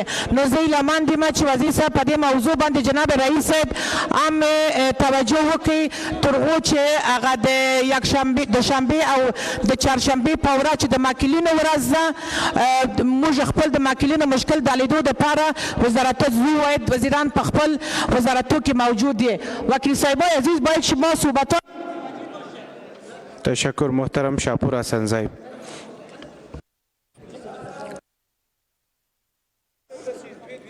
بسم الله الرحمن الرحیم. رئیس او هیئت اداری او معزز وکیل صاحبانو السلام علیکم و رحمت الله و برکاته. رئیس توجه دی غواړم دغه رئیس جمهور سرالا کوماندان تزان ته سرالا کوماندان هم وایي چې زه سرالا کوماندان یم. په دې وطن کې څه شروع دي؟ دغه الیپور چې د یو هفته مخکې د هلیکاپټر رانسکوره کړه او نه کسان کې شهیدان سو، نو ته دا سرالا کوماندان ته به دا اجرات کله کوې؟ په وروس باندې کوي که په امریکا یې کوي خو دې نه وروس او امریکا چیرې ده چې دی د افغانستان چورلک او د افغانستان سربازان دی په شهادت رسوي. نو زه راځم دې ته چې په دې باندې باید رئیس صاحب جمهور ته اقدام وکړي. تاریخ ته ته څه پرېږدې؟ ته سرالا کومندان یې. دغه نه کسان چې شهیدان سو دا خور او مور او آیا بچیان نه لري؟ تا یو بچی یوه د لور د خدای مکه چې هغه اوس تا ته څوک په شهادت رسوي تا په زړه څه تېرېږي؟ دغسې خور او مور دویم لري اولاد لري. ته دا سرالا کومندان چې ته ولې په دې باندې اقدام نه کوې؟ استاد دانش د دې ضمانت کړی تا د ده په ضمانت خوشې کړی ده. د هلیکاپټر قیمت چې ده 15 میلیونه ډالرو نه نیولې تر 15 میلیونه ډالرو پورې د هلیکاپټر قیمت ده. دا باید دانش صاحب که کور ورته خرڅوي که پوله ورته خرڅوي که پټی ورته خرڅوي دغه پیسې باید دی ورکړي دانش صاحب. دوهم معاون د ضمانت یې علی پور کړی. بل هغه د شهیدانو کورنۍ چې هغه نه کسان یې په شهادت رسولي د دې حق رئیس جمهوریت هم نه لري چې دی ماف کړي. دی باید ترې راونیسي او د قانون منګولو ته یې وسپاري او دی باید اعدام شي. که د دې څوک طرفداري کوي هغه هم باید اعدام شي. د دې وطن بچی به نه وي هغه به هم خایني. نو رئیس صاحب جمهوریت تا ته به تاریخ څه پاتې چې ته د باندې اقدام نه کوې چې سرالا کوم. تشکر محترم خالد اسد. دا یو منټ کې بیخي د رئیس شاپور صاحب یک دقیقه دیگه وقت بده. ته به دې تاریخ ته څه وایې؟ ته خو چې اول راغلی دې وطن کې رئیس جمهور چې خپل تخلص په ځان نه لري که چې زه مزی نه یم. صحیح دا مزی نه د ټول افغانستان بچی ته د دې ولس د ټول ولس ته رئیس جمهور یې. که په دې باندې ته اقدام ونه کړې ته پوهېږې چې تا ته تاریخ ته څه پاتې کېږي. که تا هم دې ته شروع کړې په دې باندې باید ته اقدام وکړې. دی باید اقدام شي. دا 4 کاله کېږي په دې نظام کې دی د دې نظام بچیان یې په شهادت رسولي سربازان یې په شهادت رسولي او دانش صاحب د تا په څنګ کې ناسته بوسو لاندې به اوبه نه وې. دغلته یې راونیسه چې 15 میلیونه ډالر د دې هلیکاپټر باید دی تاوان پرېږدي. که کور ورته خرڅوي که پټی ورته خرڅوي او که چېرته تا اقدام ونه کړه رئیس صاحب جمهوره موږ به د تا د هر وړاندې د دانش په وړاندې به موږ مظاهره کوو تظاهرات به کوو او زر تر زره موږ د تا نه غواړو چې دی د قانون منګولو ته وسپارل شي اعدام شي دی. ومن الله توفیق. تشکر وکیل صاحب. محترم خالد اسد. رئیس بسم الله الرحمن الرحیم. عطال صاحب دیگه وقت امتیازی تمام است. رئیس صاحب شما بفرمایید که انا کمک. بسم الله الرحمن الرحیم. شافر خان خیر حوصله وکړه. جناب رئیس صاحب او وکیل صاحبانو د افغانستان وضعیت او حالاتو ته په کتو سره او کوم کنفرانسونه چې د صلح په ارتباط مسکو ترکیه کې ترسره سوي په مسکو کې او په ترکیه کې په راتلونکي کې ده د افغانانو دپاره هیله بخښونکی ده او افغانان په دې تمه دي چې موږ څنګه کولی شو چې د وضعیت نه ووځو او افغانستان ته یوه صلح راوړي. متاسفانه تل ولسي جرګې دا انتقاد په حکومت کوي چې حکومت د صلح په موضوعاتو کې خبر نه ده او ولسي جرګه خبره نه ده او ولسي جرګه له ډېرو موضوعاتو نه پاته ده. ولې متاسفانه رئیس صاحب د اصولو وظایفو مطابق کله چې رئیس د مجلس کوم موضوع دپاره ځي هغه باید له تالار سره او له ولسي جرګې سره مشوره وکړي او د هغه نه نظر واخلي بیا اشترا وکړي.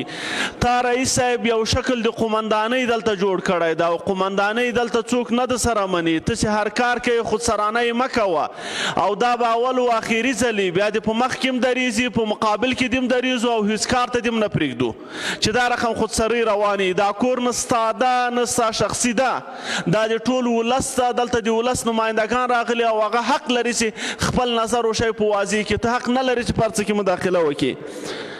بله موضوع د بیسودو یا میدان وردګو وکیل صاحبانو ویل چې هلته 2 نفره یوه وړه جلۍ او یو هغه شهید سو موږ هغه منو ورسره مګر هم د دغه شهادت هغه چې ده له هغه نه واخلي له دانش صاحب نه همدغه علیپور خو دانش په ضمانت خلاص کړو کله چې هغه خلاص کړو هلیکوپټر یې وویست وروسته یې عملیات وکړو 2 نفره شهیدان سو دغه باید عدلي او قضایي ارګانونه د معاون دوم دانش صاحب نه پوښتنه وکړي دا قانوني حق د ولس جرګې ده د دې ولس هغه 2 نفره شهیدان سوي دي د هغو مسؤلیت هم دانش ته وړي چې دغه یاغي باغي یې پرېښی وو راځئ دا وطن جوړول په دې مه کوئ تشکر وکلای محترم وقت میتیمد تقاضای سه وقت میتیمد وقت امتیازی تمام است رئیس صاحب 1-2 دقیقه وقت بتیم برش 1-2 دقیقه وقت بتیم نوبت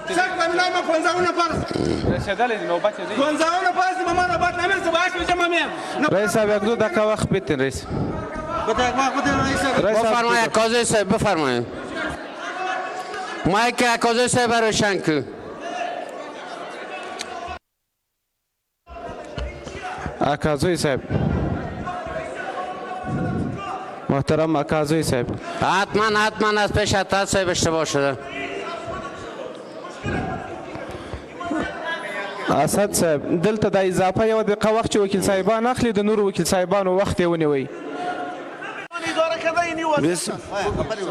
بسم الله الرحمن الرحیم په اجازه د ټولو بسم الله الرحمن الرحیم په اجازه ټولو وکیل صاحبانو واقعا چې ځای د افسوس ده ځای د تعصب ده زه پر 8 بجو راغلی ما ته نوبت نه شي خلک په 10 بجو نه بس دا څه تخلف ده دا څه معنا کوي دا بس ته بالا اول خود دغه بیسوده مسله چې کېږي د علیپور مسله دا موږ ته په افغانستان کې ټولو خلکو ته دا واجب واقعا ځای تعصب ده چې څوک نوری امنیتي ولي تیاره ولي دا واقعا دا سړی باید اشد مجازات یعنې اعدام سي چا چې ضمانت کړی باید ګیرې کړي سړی او بل مسله د بادغیس په دا 15 ورځو کې موږ تر اوسه 9 نفره ملکي شهیدان ورکړي او 15 زخمیان چې په مقر ولسوالۍ او په قادس ولسوالۍ کې موږ په رئیس صاحب جمهور راکړو چې رئیس صاحب جمهوره دا ستا اولادونه د ملکي کسان چې شهیدان کېږي هر چا چې دا ظلم کړی هر څوک چې دا ملکي خلک شهیدان کړي وسپاره عدالت ته څرنګوالۍ ته دا خلک باید ګیر شي هر ورځ موږ ملکي خلک قرباني ورکوو پر طالبان راکړو چې د ملکي خلکو د کورو څخه سپر مه کړئ ټک مه کوئ ملکي څه ګناه لري ملکي نه د دولت زولی نه طالب د دې خواته کې دغه مسلمان یا سیاست رعایت چې یو د یوې ښځې اته میاشتم اولاد شي داسې حالات په ټول افغانستان کې بیا په بادغیس کې چې ملکي کسان شهیدانېږي بله مسله د دغه د څه ورته وایي د دې معاشاتو 4 میاشتې کې اضافه کاري چا نه ده اخیستې دا واقعا ځای تاسو موږ ته خپل خلکو خپل ولس ته تر اوسه هېڅ خیر او هېڅ ګټه ونه رسول نو موږ غږ کوو چې دا اضافه کاري هم ورکړل شي چا چې دغه ملکي کسان شهیدان کړي په رئیس جمهور غږ کوو او د علیپور مسله علیپور باید قانون ته وسپارل شي ګیر شي که دا رقم شل علیپور به نور په افغانستان کې پیدا شي هر ورځ به بیا طیران څوک ولي او ملکي اردو پولیس په دې باندې راکړي نو موږ په رئیس جمهور غږ کوو چې چا ضمانت کړی هغه راګیر کړه او علیپور باید چې په هر ځای کې باید تر اوسه ګیر شوی تر اوسه نه ګیر شوی تشکر په خیر اوسئ تشکر وکلای محترم وقت میتیم در جریان سعی کنه وکیل صاحبا ما 45 دقیقه ساعت امتیازی داریم سعی کنه کشمیر صاحب ما شما چرا زده اصول وقت امتیازی تمام است در جریان جلسه جمشید صاحب وقت میتیم تانه وکلای محترم د ملت محترم و استازو سهار ما بخیر علول سال نو را به همه همکاران عزیزم تبریک عرض می نمایم امیدوارم سال جدید سال صلح امنیت و سال ثبات و دستیابی با روزه های مردم افغانستان باشد طی روزهای گذشته به اساس دعوت های رسمی در چند جلسه مهم شرکت نمودم جلسه ترویکا در مسکو که میان چین، روسیه، امریکا بر علاوه پاکستان دایر شد و نمایندگان قطر، ترکیه، حکومت افغانستان شورای مصالحه و طالبان شرکت داشتند. من به عنوان رئیس ولسی جرگه جانب حکومت روسیه دعوت شده بودم. در این جلسه مهم اعضای جلسه ترویکا با صدور یک اعلامیه مشترک موقف خود را در رابطه با روند مذاکرات صلح افغانستان اعلام نمودند. سایی صاحب لطفاً.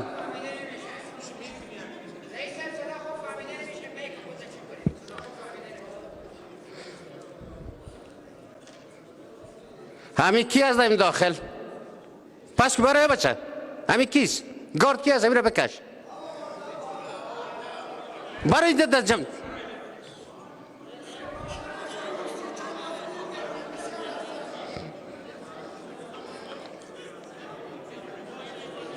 در این اعلامیه روند مذاکرات به رهبری افغانها حمایت نمودند و آن را یگانه راه برای پایان دادن به جنگ دانستند. ایجاد اداره به نام امارت را غیر ممکن گفته و از هر گونه استفاده از خاک افغانستان را برای گروه های تروریستی و دهشت افغان جهت آسیب زدن به منافع و امنیت کشورهای دیگر منع قرار دادند. در ضمن از هر گونه توافق سیاسی بین الافغانی حمایت نموده و خواهان سرعت بخشیدن به روند مذاکرات صلح و دستیابی به نتیجه مثبت گردیدند. در عرصه مجلس رسمی میان نمایندگان طالبان و نمایندگان جمهوری اسلامی شامل سیاسیون، شورای عالی مصالحه و شرکت کنندگان دیگر ملاقات‌های با حسن نیت صورت گرفت. تمام گفتگوها و صحبت‌ها پیرامون ادامه مذاکرات صلح و دستیابی با توافق سیاسی عادلانه برای ختم جنگ و صلح پایدار تبادله شد تا مذاکرات که در ترکیه صورت می‌گیرد به یک نتیجه مثبت برسد. همه شرکت کنندگان بر اهمیت جلسه ترکیه تاکید نمودند و ای که باید همه افغان‌ها کوشش نمایند تا به توافق سیاسی عملی برای توقف جنگ و کاهش خشونت‌ها برسند. در عرصه این نشست رسمی من به نمایندگی از پارلمان افغانستان با نمایندگان کشورهای امریکا، روسیه، چین، پاکستان و نمایندگان طالبان دیدارهای مهم دوجانبه داشتیم. در این دیدارها بدون استثنا موقف پارلمان افغانستان در دفاع از حقوق اساسی شهروندان و دستاوردهای دو دهه اخیر صحبت نموده و هم از هر گونه همکاری برای کامیاب سازی روند مذاکرات صلح و تمثیل اراده مردم در هر گونه توافق سیاسی جهت ختم جنگ ابراز نمودم. خوشبختانه نمایندگان کشورهای شرکت کننده در نشست مسکو نیز بر ختم جنگ، تسریع گفتگوهای صلح، حفظ دستاوردهای دو دهه اخیر و انکشاف اقتصادی در افغانستان تاکید داشتند. وکلای محترم، در ترکیه کنفرانس میان رؤسای پارلمان‌های کشورهای دعوت شده پیرامون مبارزه با توریسم تقویت اتصال منطقوی دایر شد. من هم در این نشست مهم شرکت نمودم و سخنرانی نیز داشتم. پیرامون قربانی هایی که مردم افغانستان و نیروهای دفاعی و امنیتی افغانستان در خط مقدم مبارزه بر علیه توریسم جهانی دادند و هم پیرامون شدت گرفتن عملات توریستی، قتل های هدفمند، روند مذاکرات صلح بین الافغانی و تلاش های موجود برای دستیابی به توافق سیاسی صحبت نمودم. در ضمن از اهمیت جغرافیایی افغانستان در اتصال تجارت و تحصیلات ترانزیتی برای وصل نمودن کشورهای جنوب آسیا با شمال و غرب آسیا صحبت نمودیم و از همه پارلمان‌های کشورهای شرکت کننده خواهان تحکیم روابط پارلمانی و تبادل تجارت بین الپارلمانی گردیدم. همچنان در عرصه این نشست با اهمیت محترم پارلمان پاکستان ملاقات نمودیم. قرار است محترم اسد قیصر رئیس مجلس نمایندگان پارلمان پاکستان در رأس یک هیئت پارلمانی بنا به دعوت رسمی ما عازم افغانستان شود. وکلای محترم، پارلمان افغانستان به خصوص ولسی جرگه از هر گونه اقدام دوستانه و حسن نیت همکاران بین المللی استقبال می نماید. کشور دوست فرانسه دارای روابط تاریخی بر اساس احترام متقابل بوده و از قربانی های مردم افغانستان همیشه یادآوری نموده است. اقدام شاروالی پاریس از سبب نامگذاری یک جاده به نام قهرمان ملی کشور و تدویر مراسم یادبود از احمد شاه مسعود را تقدیر می نمایم و در خاطره ملت های ما همیشه باقی خواهد ماند. وکلای محترم، طوری که اشاره شد دفاع تمامیت ارضی و استقلال کشور جزء از مکلفیت قانونی حکومت است. بنابراین حکومت باید به این مکلفیت قانونی اخلاقی خود رسیدگی مجانبه نماید. کمیسیون امنیت داخلی در رابطه با بازنمودن شهرهای بزرگ کشور با وزارت مربوطه به تماس شده و بله قضیه بپردازد. در رابطه با قطع نمودن پروازهای شرکت‌های خصوصی به سایر نقاط کشور و کمیسیون مربوطه هدایت داده می شود که هرچه عاجل بله این مشکل بپردازد و مقامات شرکت‌های هوایی را به ویژه شرکت کامیه را دعوت نموده و تقاضا شد که پروازهای خویش را دوباره آغاز نمایند. افغانستان یک کشور زیباست. حضور اقوام به زیبایی آن افزوده است. اتحاد و اتفاق میان اقوام افغانستان بقای نظام را کمک می کند و از طرف دیگر پارچه پارچه کردن اقوام کشور را از اصل ملت سازی بیشتر از گذشته دور می سازد. بنابراین ریاست اسلامی مرکزی باید در پالیسی خود تجدید نظر نموده و بیشتر باعث ایجاد مشکل نشود و به کمیسیون اقتصاد وظیفه سپرده می شود که شخصا رئیس اداره احصایه را به کمیسیون خواسته در مورد وضاحت خواسته شود. طبق قانون اساسی یکی از مسئولیت‌های حکومت پایان دادن به سرپرستی‌های ادارات به ویژه وزارت هاست. علاوه بر این که حکومت بر این اصل احترام نمی کند بلکه دیده می شود که حکومت نهادین شدن عرف سرپرستی را تقویت می نماید. بنابراین یک بار دیگر از حکومت می خواهیم که به قانون اساسی احترام کند و به سرپرستی ها پایان دهد.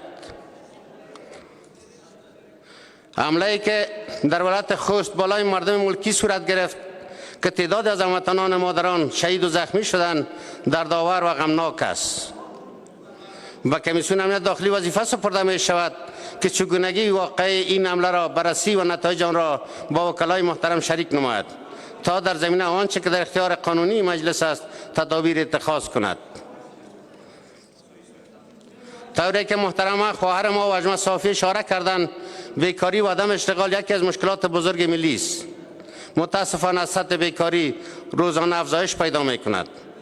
طبق قانون اساسی حکومت مکلف به اشتغال زایی است. بنابراین حکومت باید در زمینه تدابیر لازم و جدی اتخاذ کند تا فشارهای روانی بالای مردم کاهش پیدا نماید. تا زمانی که احساس با همی مشترک میان افغانها به وجود نیاید هیچ وقت یک ملت نخواهیم شد. اگر به درد شهدای حادثه دیروز ولایت خوست خود را شریک ندانیم، اگر درد شهدای ملکی بیسود را درد خود ندانیم و اگر خوشی های مردم شمال کشور را خوشی خود و غم مردم جنوب را غم خود قلمداد نکنیم از این بیشتر متفرق خواهیم شد و فرصت برای بیگانگان مساعد خواهد شد. بیایید همه ما به خاطر تقویت وحدت ملی تلاش نماییم. بر ارتباط حادثه بیسود و قماندان صاحب علی پور یک موضوع را خدمتتان عرض بکنم. چی است؟ خب نامش قماندان است. حال شما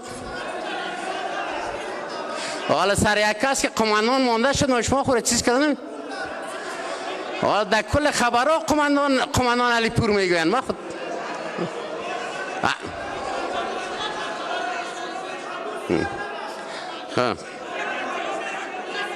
بر ارتباط حادثه بیسود با حادثه ما شما به هیچ کس به احترامی نمی کنیم. خود محکمه میفهم کارش. عرض کنم بخشتان خالد صاحب بر ارتباط حادثه بیسود یک موضوع را خدمتتان عرض کنم. این قماندان نمیگمش. علی پور توسط معاون صاحب دوم به ضمانت رها شد. طیاره از وزارت دفاع سقوط کرد ولی متاسفانه که مسعود اندرابی سبکدوش میشه. این دیگه قضاوت شما بکنیم. منشی صاحب اصلا جندا برو. دایرات خود درست هیئت رفته بودی؟ قادری صاحب ما اول هیئت خودم میبینیم. ما امروز که هیئت داریم و شما میبینیم گزارش تا به تالار تقدیم که تالار تصمیم میگیره. منشی صاحب اصلا جندا برو. بسم الله الرحمن الرحیم. نیټه دوشنبه د وري د میاشتې قضاوت شما بکنه. 1418 لمریز کال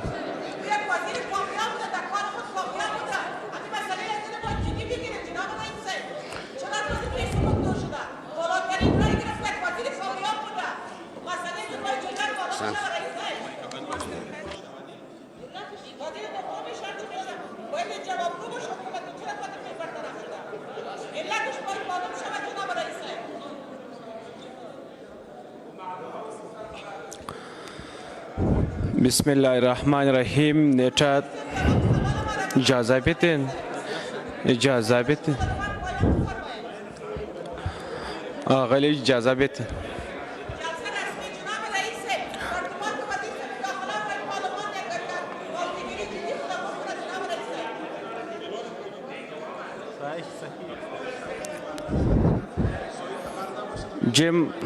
جیم جواب است. جناب رئیس صاحب اجازه است اجندا را قرائت میکنم. بفرمایید منشی صاحب. بسم الله الرحمن الرحیم. نیټه دوشنبه دوره د میاشتې نهمه 1400 لمریز کال. اول د اغلی بصره رسولي د کندوز ولایت استازي د ولسی جرګې د نوي غړي په حیث د لوړې ترسره کولو مراسم. دوهم د برېښنایي معاملو او لاسلیک قانون په اړه د افغانستان اسلامي جمهوریت جمهور رئیس د 1499 د شپږمې میاشتې د 8 نیټې د 15 غړي تخنیک پرمان په هکله رایه اخیستل. دریم د ګمرکونو قانون په اړه د افغانستان اسلامي جمهوریت جمهور رئیس د 1495 د 15 میاشتې 9 نیټې د 15 غړي تخنیک پرمان په هکله رایه اخیستل. څلورم د ملي ګټو ساتونکو پارلماني ګروپ موجودیت اعلانول. اول به د لوړو مراسم ترسره کړو، بیا به تاسو ته نوبت درکړو. ما ته اجازه راکړئ دا اعلان کوم زه وځم اجندا بیا وروسته مخکې به هر وخت اصول دا دي چې اول ګروپ اعلانېږي. باشه را سر اجندا بریم باز اعتراض تا چیز کنیم.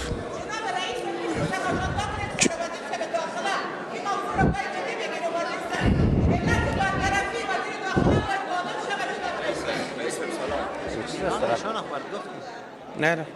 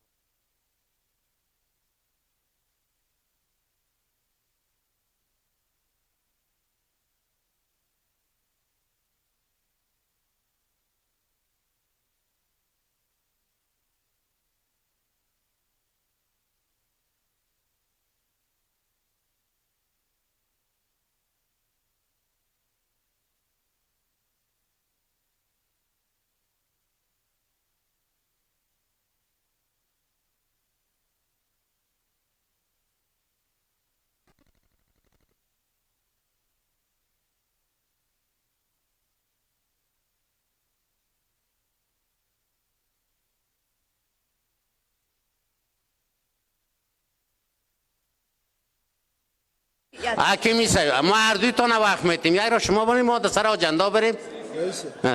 سیس تو باشه میجه رئیس صاحب امیده برای شما هفته‌نامه گروپ آورده بود، در اجندا نبود. این مسئولیت ما نیست که اینجا می سر ما اینجا پتکه میکنه. حالی ما خنوکاری از این نیستم دیگه، اخلاق یاد بگیرین لطفاً.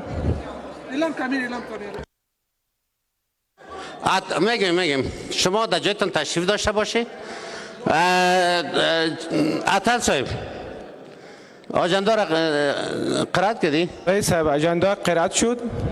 گروپی که اعلان میکنن موجودیت گروپ یک روز پیش باید به کمیته رؤسا اصولی صاحب یک گروپ اصولی صاحب است، یک گروپ همازه صاحب هر دو را وقت میتیم. برای ما گروپ خود اعلان کنن. برای ما کسی نآورده بود. هم یک همکار نو شما ما امور تالیف میتیم، بعد از او گروپ های پارلمانی معرفی شد. درست.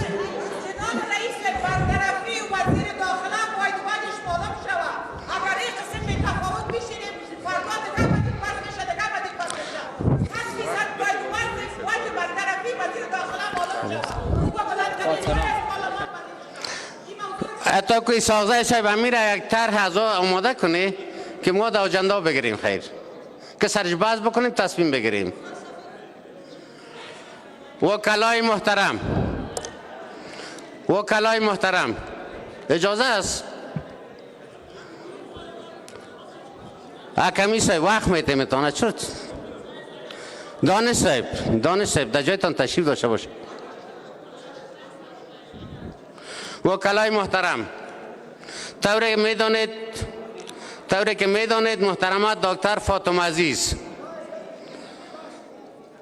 نماینده ولایت قندوز در مجلس و همصنفی ما و شما نسبت مریضی که عید الحالشان بود به رحمت حق پیوستند. روحش شاد و عیدش گرامی باد. البته کمیسیون محترم مستقل انتخابات طبق تعامل قانونی خیش محترمه بصیره رسولی را به عوض همکار سابق ما من حیث نماینده جدید آن ولایت طی نامه رسمی مورخ 3/1400 خیش به مجلس معرفی نمودند. مطابق با اجندای تعیین شده امروز محترمه رسولی صاحب به اجرای تعلیق خواهد کرد و من حیث نماینده جدید در مجلس کارشان را عملا آغاز می نماید. چه زمانی برشون؟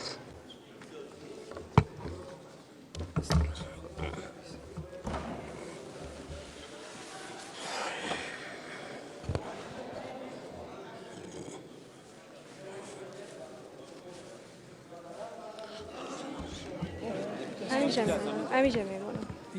آماده است؟ نیست خیر است. دالنشاه الف اعضای شورای ملی. بسم الله الرحمن الرحیم. بسم الله الرحمن به نام خداوند بزرگ. به نام خداوند جل جلاله. سوگند یاد می نمایم که در پرتو قانون اسلامی در پرتو احکام اسلامی ورزش‌های قانون اساسی به منظور تامین وحدت ملی و حفظ منافع اولیای کشور بدون در نظر داشت هر گونه تبعیض با کمال ایمانداری و صداقت وظایف خویش را انجام می‌دهم. تشکر.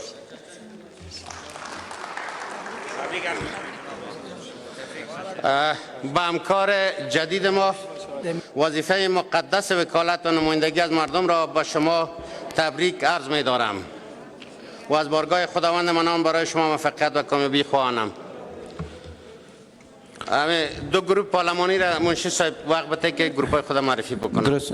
جناب رئیس صاحب اول با خوار ما که نو آمدن نوبت میتیم 1-2 دقیقه بعد از این بس موجودیت گروه پارلمان. محترم بصیره رسول. بسم الله الرحمن الرحیم. به نام خداوند بخشاینده و مهربان. جلالت مآب محترم رئیس صاحب مجلس، هیئت محترم اداری و وکلای با عزت مردم در شورای ملی کشور، السلام علیکم و رحمت الله و برکاته. امید است که صحت و سلامت کامل داشته باشید. نخست اجازه دهید که مراتب تسلیت خویش را به مناسبت درگذشت خواهر عزیزم مرحومه دکتر فاطمه عزیز خدمت خانوادهشان، شما وکلای با عزت و مردم شریف ولایت کندز ابراز نموده به خاطر خوشنودی روح مرحومه اتحاف دعا نمایم.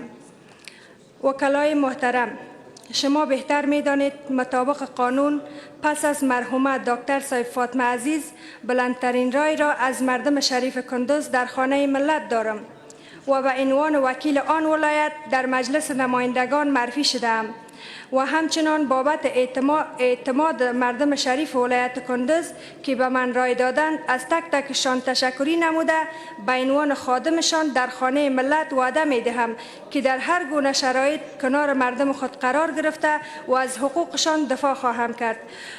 وکالت را پس از این یک مسئولیت سنگین دانسته صدای رسای مردم و خدمتگار آنان خواهم بود و من الله توفیق. تشکر.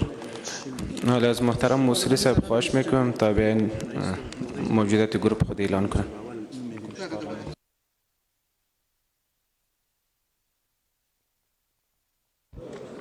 بسم الله الرحمن الرحیم. جناب رئیس صاحب، هیئت اداری وکلای عزیز، اجازه بدهید در شرایطی که در افغانستان جنگ است، په داسې یو حالت کې چې په افغانستان کې جنگ ده او بدبختانه چې په افغانستان کې د سولې د پروسې مخالفین هم ډیر دي، د نظام د بقا په خاطر هم بعض سیاسیون بیرون د تالار څخه داسې برخورد لري چې دا نظام خپل نه ګڼي. دوی فکر کوي چې په جنجال کې به یې ګټې وي یا په موقتو ادارو کې به دوی قدرت ته ورسیږي.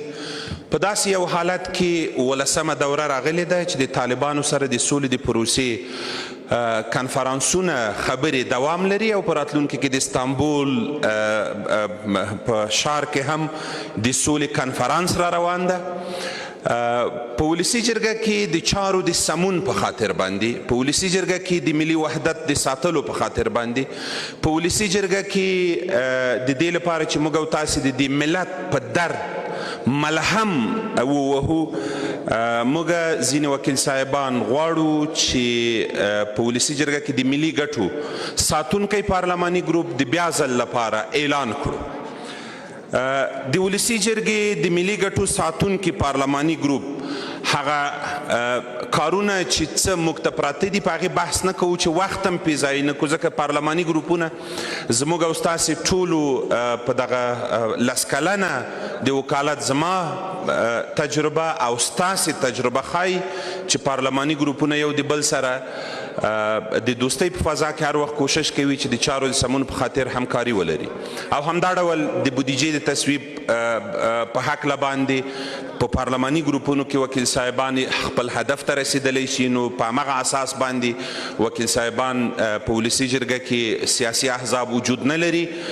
تر یو حده پورې کوشش د دې لپاره کیږي چې موږ وکولی سو د ملي ګټو د ساتلو په خاطر باندې یو ګروپ د وکیلانو یو ځای او متحدانه کار وکړو. په همغه خاطر باندې موږ لاندې وکیل صاحبان یو ځای غواړو په دغه دوره کې کار وکړو. د ملي ګټو ساتونکی پارلماني ګروپ د پارلماني ګروپ نوم ده. د غړو شمیر تعداد اعضا 22 نفر، 22 نفره، او د ټولو دوستانو څخه مننه کوم چې په صفت د رئیس د ګروپ یې پر ما باندې باور وکړ چې دغه دوره زه د ملي ګټو ساتونکي پارلماني ګروپ د ریاست مسئولیت واخلم. معاون د پارلمانی گروپ، معاون گروپ پارلمانی ما برادر ما جناب وکیل صاحب سید حسن پکتیاوال است. منشی گروپ مریم سلیمان خیل هست و میخواهیم اعضای گروپ را به طور ذیل برایتان معرفی نماییم. امیرگل شاهین که فعلا رئیس کمیسیون فرهنگی است، وکیل صاحب کابل، عضو گروپ. نعمت الله کریاب معاون صاحب کمیسیون فرهنگی است به صفت عضو گروپ. محمد شاکر کریمی وکیل صاحب فاریاب عضو گروپ. اصولی هم در می گروپ حضور داره.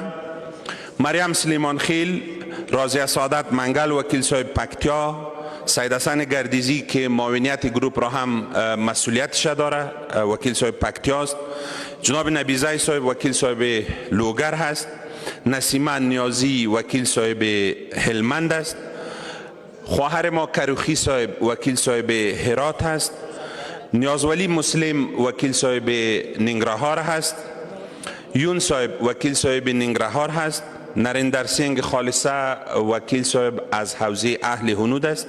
شاوزیر ترخیل رئیس کمیسیون کوچی ها و به صفت عضو گروپ پارلمانی همراه ما کار میکنه. برادر ما اسماعیل عتیکان وکیل صاحب نورستان هست. برادر ما جاوید صافی وکیل صاحب کنر هست. محمد نصیر مجددی وکیل صاحب هرات هست که منشی کمیسیون فرهنگی هم هست در عین حالت. برادر ما سید صدیق حسن زاده دوست بسیار وقتهای ما وکیل صاحب لوگر است. جناب رئیس صاحب ولسی جرگه میر رحمان رحمانی است. منور شاه بهادری وکیل صاحب هرات هست. رسول خان کوچی وکیل صاحب کوچی ها هست. 22 نفر این وکیل صاحبا در این دوره با هم در این گروپ پارلمانی تعهد کردند تا به ملت و مردم به خاطر وحدت ملی و کارهای در ولسی جرگه که به نفع ملت و وکیل صاحبا و عزت و آبروی نگه داشتن عزت و آبروی ولسی جرگه باشد با هم همکار هستند. تشکر از توجهتان. از امازای صاحب خواهش کنید که گروپ خود مننه اصولی صاحب. محترمه شفقه سخایلچی چې د ښځو پارلماني ګروپ اعلان کې اما اول باید امازی صاحب لږ وپوهېږي بعد هغه بیا مخته ولاړ سي.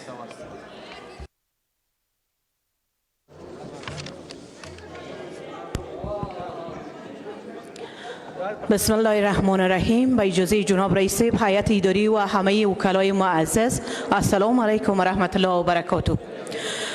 مطابق به اصول وظایف داخلی ولوسی جرگه، گروپ های پارلمانی باید در طول هر اجلاس اعلان موجودیت نمایند.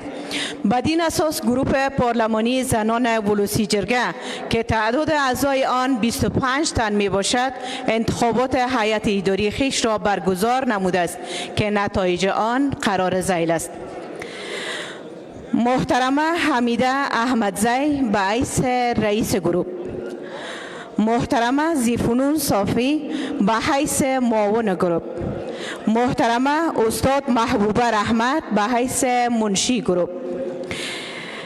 موضوع جهت آگاهی خدمت مجلس عمومی ولوسی جرگه و اعضای محترم این خانه بیان شد تا این گروپ از امتیازات آن مستفید شود که اعضای گروپ را به تفصیل به معرفی میگیرم.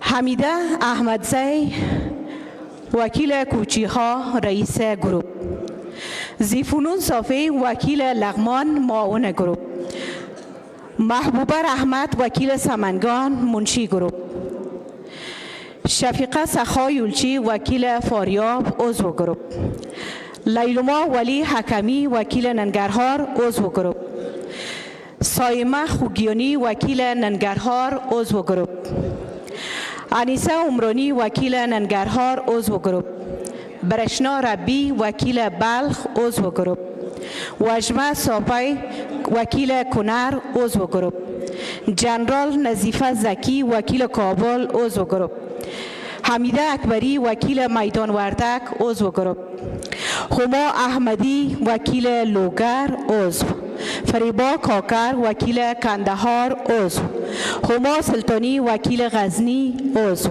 فوزیه حمیدی وکیل بلخ عضو، سامعه عزیز سادات وکیل پروان عضو، فوزیه ناصریار وکیل کابل عضو، صادقه ادیب وکیل بدخشان عضو.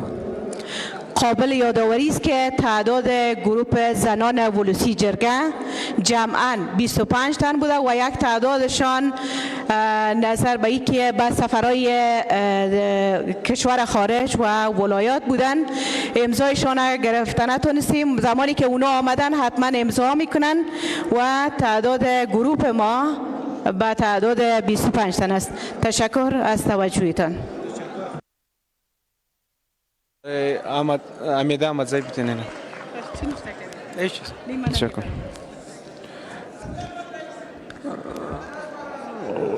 د برېښنایي معامله او لاسلیک قانون په اړه د افغانستان اسلامي جمهوریت د جمهور رئیس د فرمان په اساس اختصاصي کمیسیون څخه دعوت کو ترڅو راسي او د دې قانون په اړه معلومات ورکړي. کمیسیون مربوطه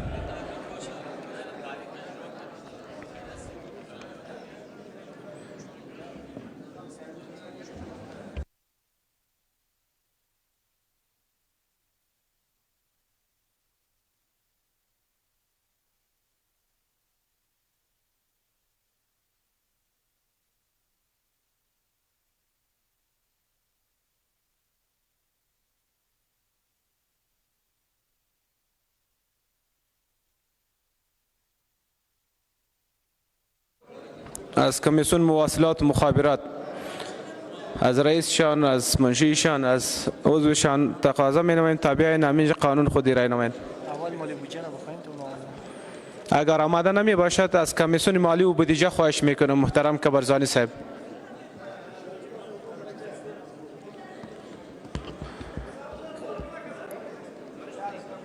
گزارش ندادن. صحیح است می؟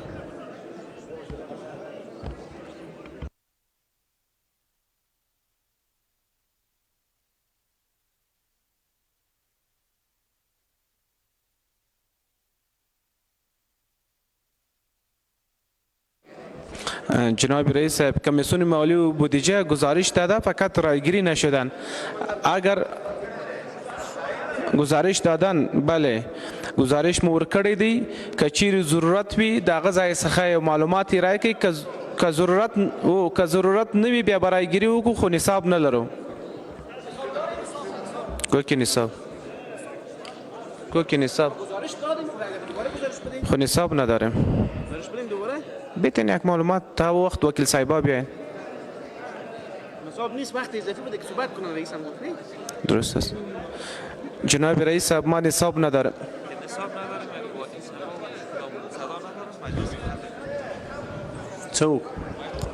رئیس صاحب محترم مواصلات و مخابرات هم آماده نه دي او د دې ترڅنګ مالی او بودیجې کمیسیون گزارش ورکړی دی خو موږ نصاب نه لرو چې راګیري وکړو. که چیرې وکیل صاحبان په دې اړه معلومات غواړي یو معلومات بیا هم وړاندې کړي که نه وي نور ستاسې صلاحیت دی چې که جلسه پای ته رسوي او که مخ ته ځئ. وکیل صاحب عزیز چون نصاب ما پوره نیست و هر کسی که صحبت میکنه وقت اضافی برش بدین.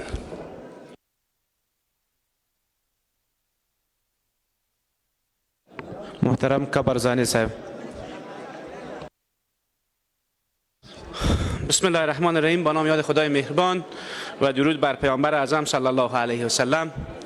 با عرض حرمت خدمت هیئت اداری و همکارای عزیز 5 موضوع را میخوایم موردوار صحبت بکنم. مورد اول بحث ازدیاد معاشات هست.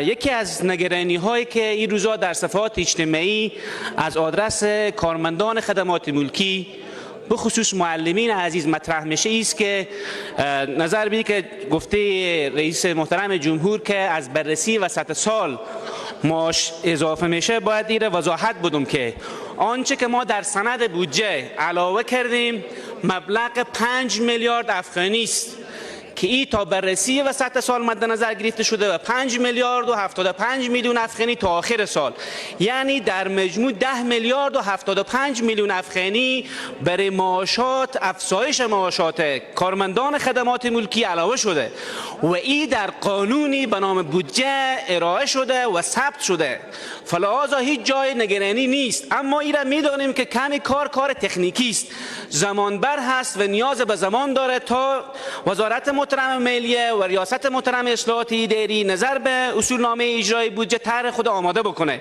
من دوباره میخوایم این تکرار بکنم که از اول سال 1400 یعنی از اول حمل سال 1400 مبلغ 2000 افغانی افزونی معاشات برای تمام کارمندان خدمات ملکی ما در سند بودجه مد نظر گرفتیم که این موضوع باید که جای نگرانی نیست و این را اطمینان میدیم برای همه عزیزان به خصوص معلمین گرامی.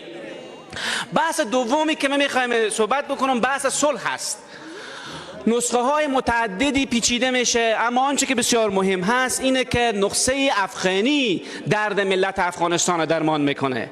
یک مسئله و مسئله دوم این روزها طرحهای مختلفی از آدرس های مختلف برای صلح پیشنهاد میشه و این موقف حکومت افغانستان و نظام را متزلزل میسازه و متضرر، به خاطر که طرف مقابل یک طرح داره. ما میبینیم احزاب سیاسی مطرح میکنن که ما طرح داریم، شورای عالی مصالحه مطرح میکنه و خود ریاست جمهوری. پیشنهاد ما است که در صف واحد با یک طرح برین.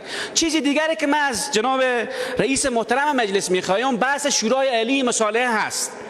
در سند بودجه برای شورای عالی مصالحه در حدود 850 میلیون افغانی بودجه مد نظر گرفته شده بود که ما قبول نکردیم. خواهش ما از شما است که از طریق کمیسیون صلح پارلمان افغانستان مسئولین شورای عالی مصالحه را بخواین و این بودجه هنگفتی که برای از اینا داده شده را وضاحت بخواین و ببینیم نتیجه کار شورای عالی مصالحه چیست. متاسفانه بودجه بسیار کلان با مد نظر گرفتن 840 نفر پرسنل که نتیجه کار نامشخص نیست یکی از مشکلاتی که باید به او رسیدگی بشه. و مسئله دیگری که وجود داره با این که تذکره‌های الکترونیکی حواشی خود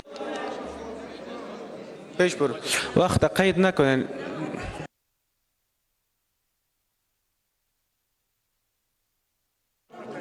خب بحث تذکره‌های الکترونیکی یک مشکل برای مردم به خصوص برای مریضا ایجاد کرده.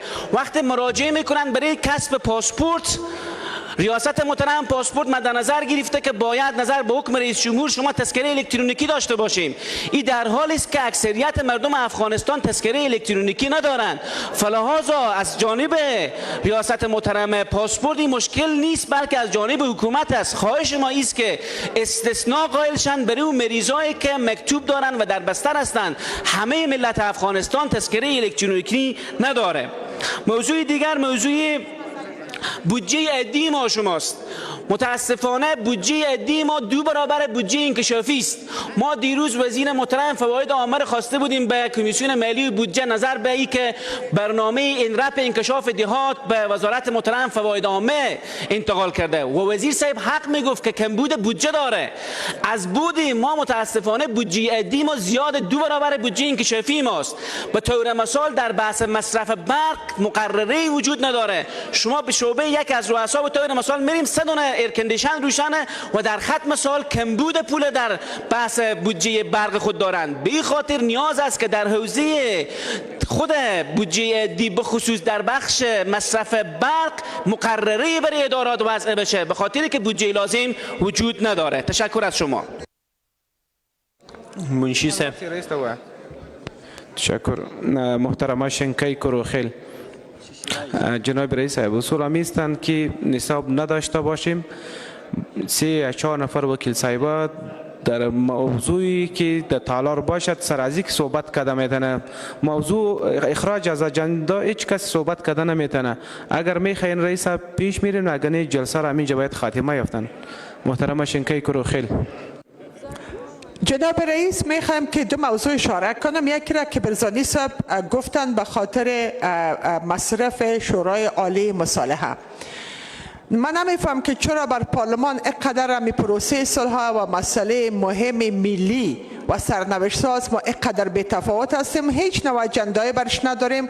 حتی یک کمیته را که به خاطر مسئله صلح و امنیت باید کار میکرد تعیین نشد. شما که نمیال مجلس را مدیریت میکنید، امیدوار هستم که اعلان کنین که کمیته که به خاطر مسئله صلح کار میکنه عاجل تعیین شود تا ما نظریات خود را جمع کرده در پروسه که در قرار است بالاش بحث شود در ترکیه، ما با دمی کمیته صلح نظریات را جمع کنیم و همین رقم با خود شورای عالی مصالحه و وزارت صلح کار کنه. یک مسئله دوم، جناب رئیس مجلس، من گپ من متوجه شماست. آقای بهادری اجازه بدین که من گپ خود خلاص کنم. قیصر رئیس پارلمان پاکستان طرف کابل میآید این روزا و ما هنوزم گروپ دوستی پارلمانی را ایجاد نکردیم. امیدوار هستم که گروپ پارلمانی دوستی بین 2 پارلمان ها خود آقای قیصر در پاکستان مدیریت و رهبری میکنه. شما تعهد سپردین به هیئتی که از پاکستان آمده بود. امیدوار هستم که امروز 5 دقیقه وقت بگذاریم و ما این گروپ را ایجاد کنیم. این فرصت است که ما چطور میتونیم که از رئیس پارلمان و پارلمان پاکستان به خاطر همکاری مخلصانه پاکستان در مذاکرات صلح که قرار است در ترکیه دایر گردد از استفاده کردیم. و ما انتظار داشتیم که رئیس پارلمان ما که رفته بود از این مجلس رؤسا در ترکیه استفاده عظیمی میکرد به خاطر یک لابی قوی، به خاطر حمایت و حفظ نظام جمهوری اسلامی افغانستان در ترکیه. نمیفهم که چرا رئیس مجلس قسم میره که اصلا اجندا را شریک نمیسازه و ما مطمئن نیستیم سخنان را که در اونجا به اصطلاح اونا ایراد کردن. فکر میکنم که هیچ نوع هماهنگی بین هیئت محترم اداری و اعضا وجود نداره. و دیگه که چرا جناب رئیس کل اعضای بخش اداری را که خود رئیس مجلس میبره، حتی 1-2 خانم هم رشت سفر همراه نبود. این درست نیست. اگر این پارلمان شخصی باشه که ما جای خود بشناسیم، غیر از اون رئیس مجلس در همچون مجالس مهم خیلی مهم است که اگر مسکو میرفت که خانم ها باید شریک هیئت می بود و اگر در ترکیه هم رفته بود و اگر بعدا هم برن. امیدوار هستم که در هیئت اداری ما بعد از این بسیار مسئولانه برخورد کنه، ورنه باید که ما از انتخاب خود تجدید نظر کنیم. تشکر. تشکر محترم غلام حسین ناصری. محترم ناصری صاحب.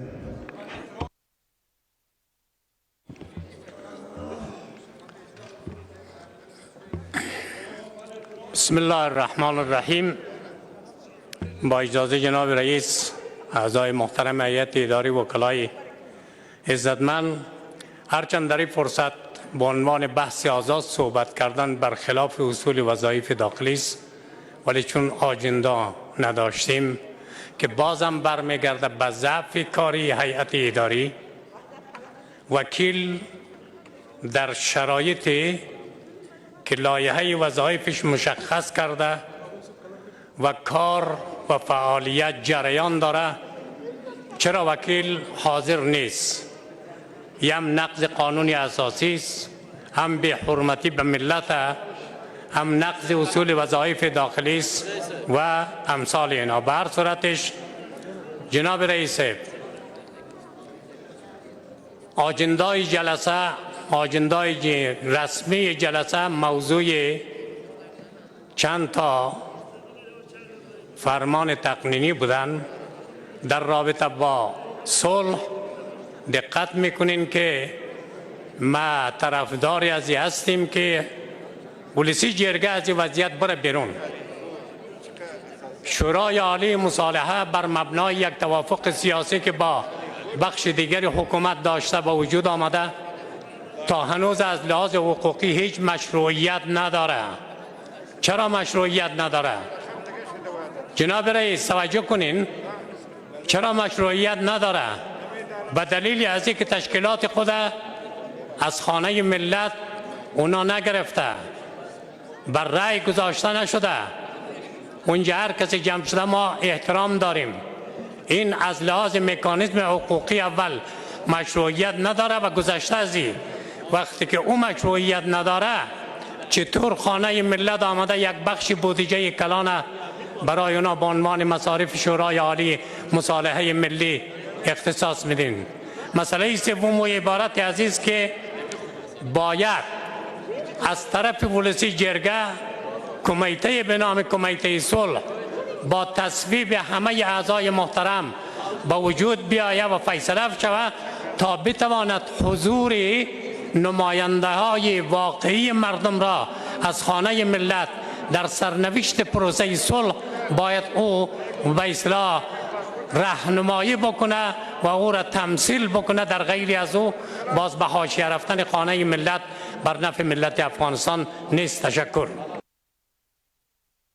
منشی صاحب د بشردوست صاحب ته وخت ورکړه، بس خلاصي. ډاکټر صاحب بشردوست هغه زما خبرې کوي. به نام حق و به یاد شهدا بر اساس ماده 81 قانون اساسی اعضای شورای ملی مظهر اراده مردم است و مطابق منافع ملی صحبت میکند و تصمیم میگیرد. اعتراض من این است که اگر واقعا پاکستان با سلاح و تجهیز خود مردم افغانستان را میکشد توسط طالبان، اگر ایران با حمایت طالبان با سلاح خود مردم افغانستان را میکشد، روسیه و چین عین چیز، اگر آمریکا افراد غیر ملکی ما را بمباردمان میکند میکشد، پس ما چرا گروپ دوستی با این کشور در پارلمان ایجاد کنیم؟ آیا اینا دوست ما هست که ما گروپی دوستی ایجاد میکنیم؟ کسایی که دستشان در خون مردم ما آلوده است، اینا شب و روز میگوییم، در همینجا 100 بار گفته شده. فرانسه، آلمان، چین، روسیه، پاکستان، ایران، ما بر اساس کدام منطق گروپی دوستی پارلمانی با اینا ایجاد میکنیم؟ منطق از این چیست؟ آیا اینا دوست ماست یا دشمن ما؟ اگر معیار ما مردم است، اینا خود مردم رو میکشد. شب و روز ما میگوییم اگر معیار ما سفرهاست که در کشور میریم، امتیازات میگیریم، در هتل‌های لوکس جای به جای میکند، بورسا میدهد به وکلا، این مسئله جداست. به خاطر این است که من امیدوار هستم که هیچ گروه پارلمانی با کسانی که مستقیم یا غیر مستقیم دستشان به خون مردم آلوده است، چه پاکستان، چه ایران، چه روسیه، چه چین، چه فرانسه و آلمان و اعضای ناتو، هیچ گونه گروه پارلمانی با اینا ما نداشته باشیم تا حداقل نشان بدهیم که ما منافع ملی را در نظر میگیریم، نه منافع شخصی، بورس و سفر و نمیدونم تداوی و امثالهم. تشکر از توجه شما. وکیلای با عزت مردم افغانستان، جلسه امروز ما با پایان رسید.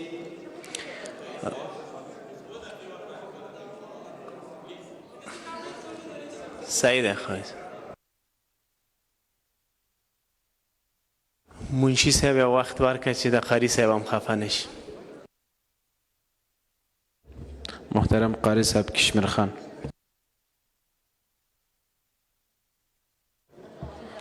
الحمد لله رب العالمين والعاقبة للمتقين والصلاة والسلام على أشرف الأنبياء والمرسلين. جناب رئیس صاحب او د ټولو وکیل صاحبانو په اجازه زما موضوع د اوبو د مهارولو موضوع ده. په لومړي سر کې د جلالت مآب ولسمشر نه او د اوبو د چارو د تنظیم له ادارې څخه مننه کوم چې د اوبو په مدیریت کې یو غښتلی سیستم منځته راوړی دی.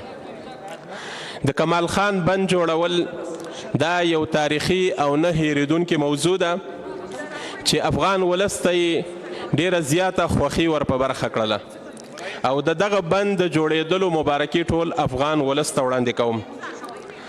خو د ولسمشر څخه مې غوښتنه دا ده چې د کونړ په سیند باندې موږ ته یو برېښنا بند جوړ کړي او دا غوښتنه دا د ټول مشرقي د ولس ته او بیا خاص کر د کونړ د خلکو اساسي غوښتنه هم دا ده ځکه موږ د کونړ په سیند باندې ډېر داسې ځایونه لرو ظرفیتونه لرو چې په هغې باندې باید موږ ته بند جوړ کړی شي.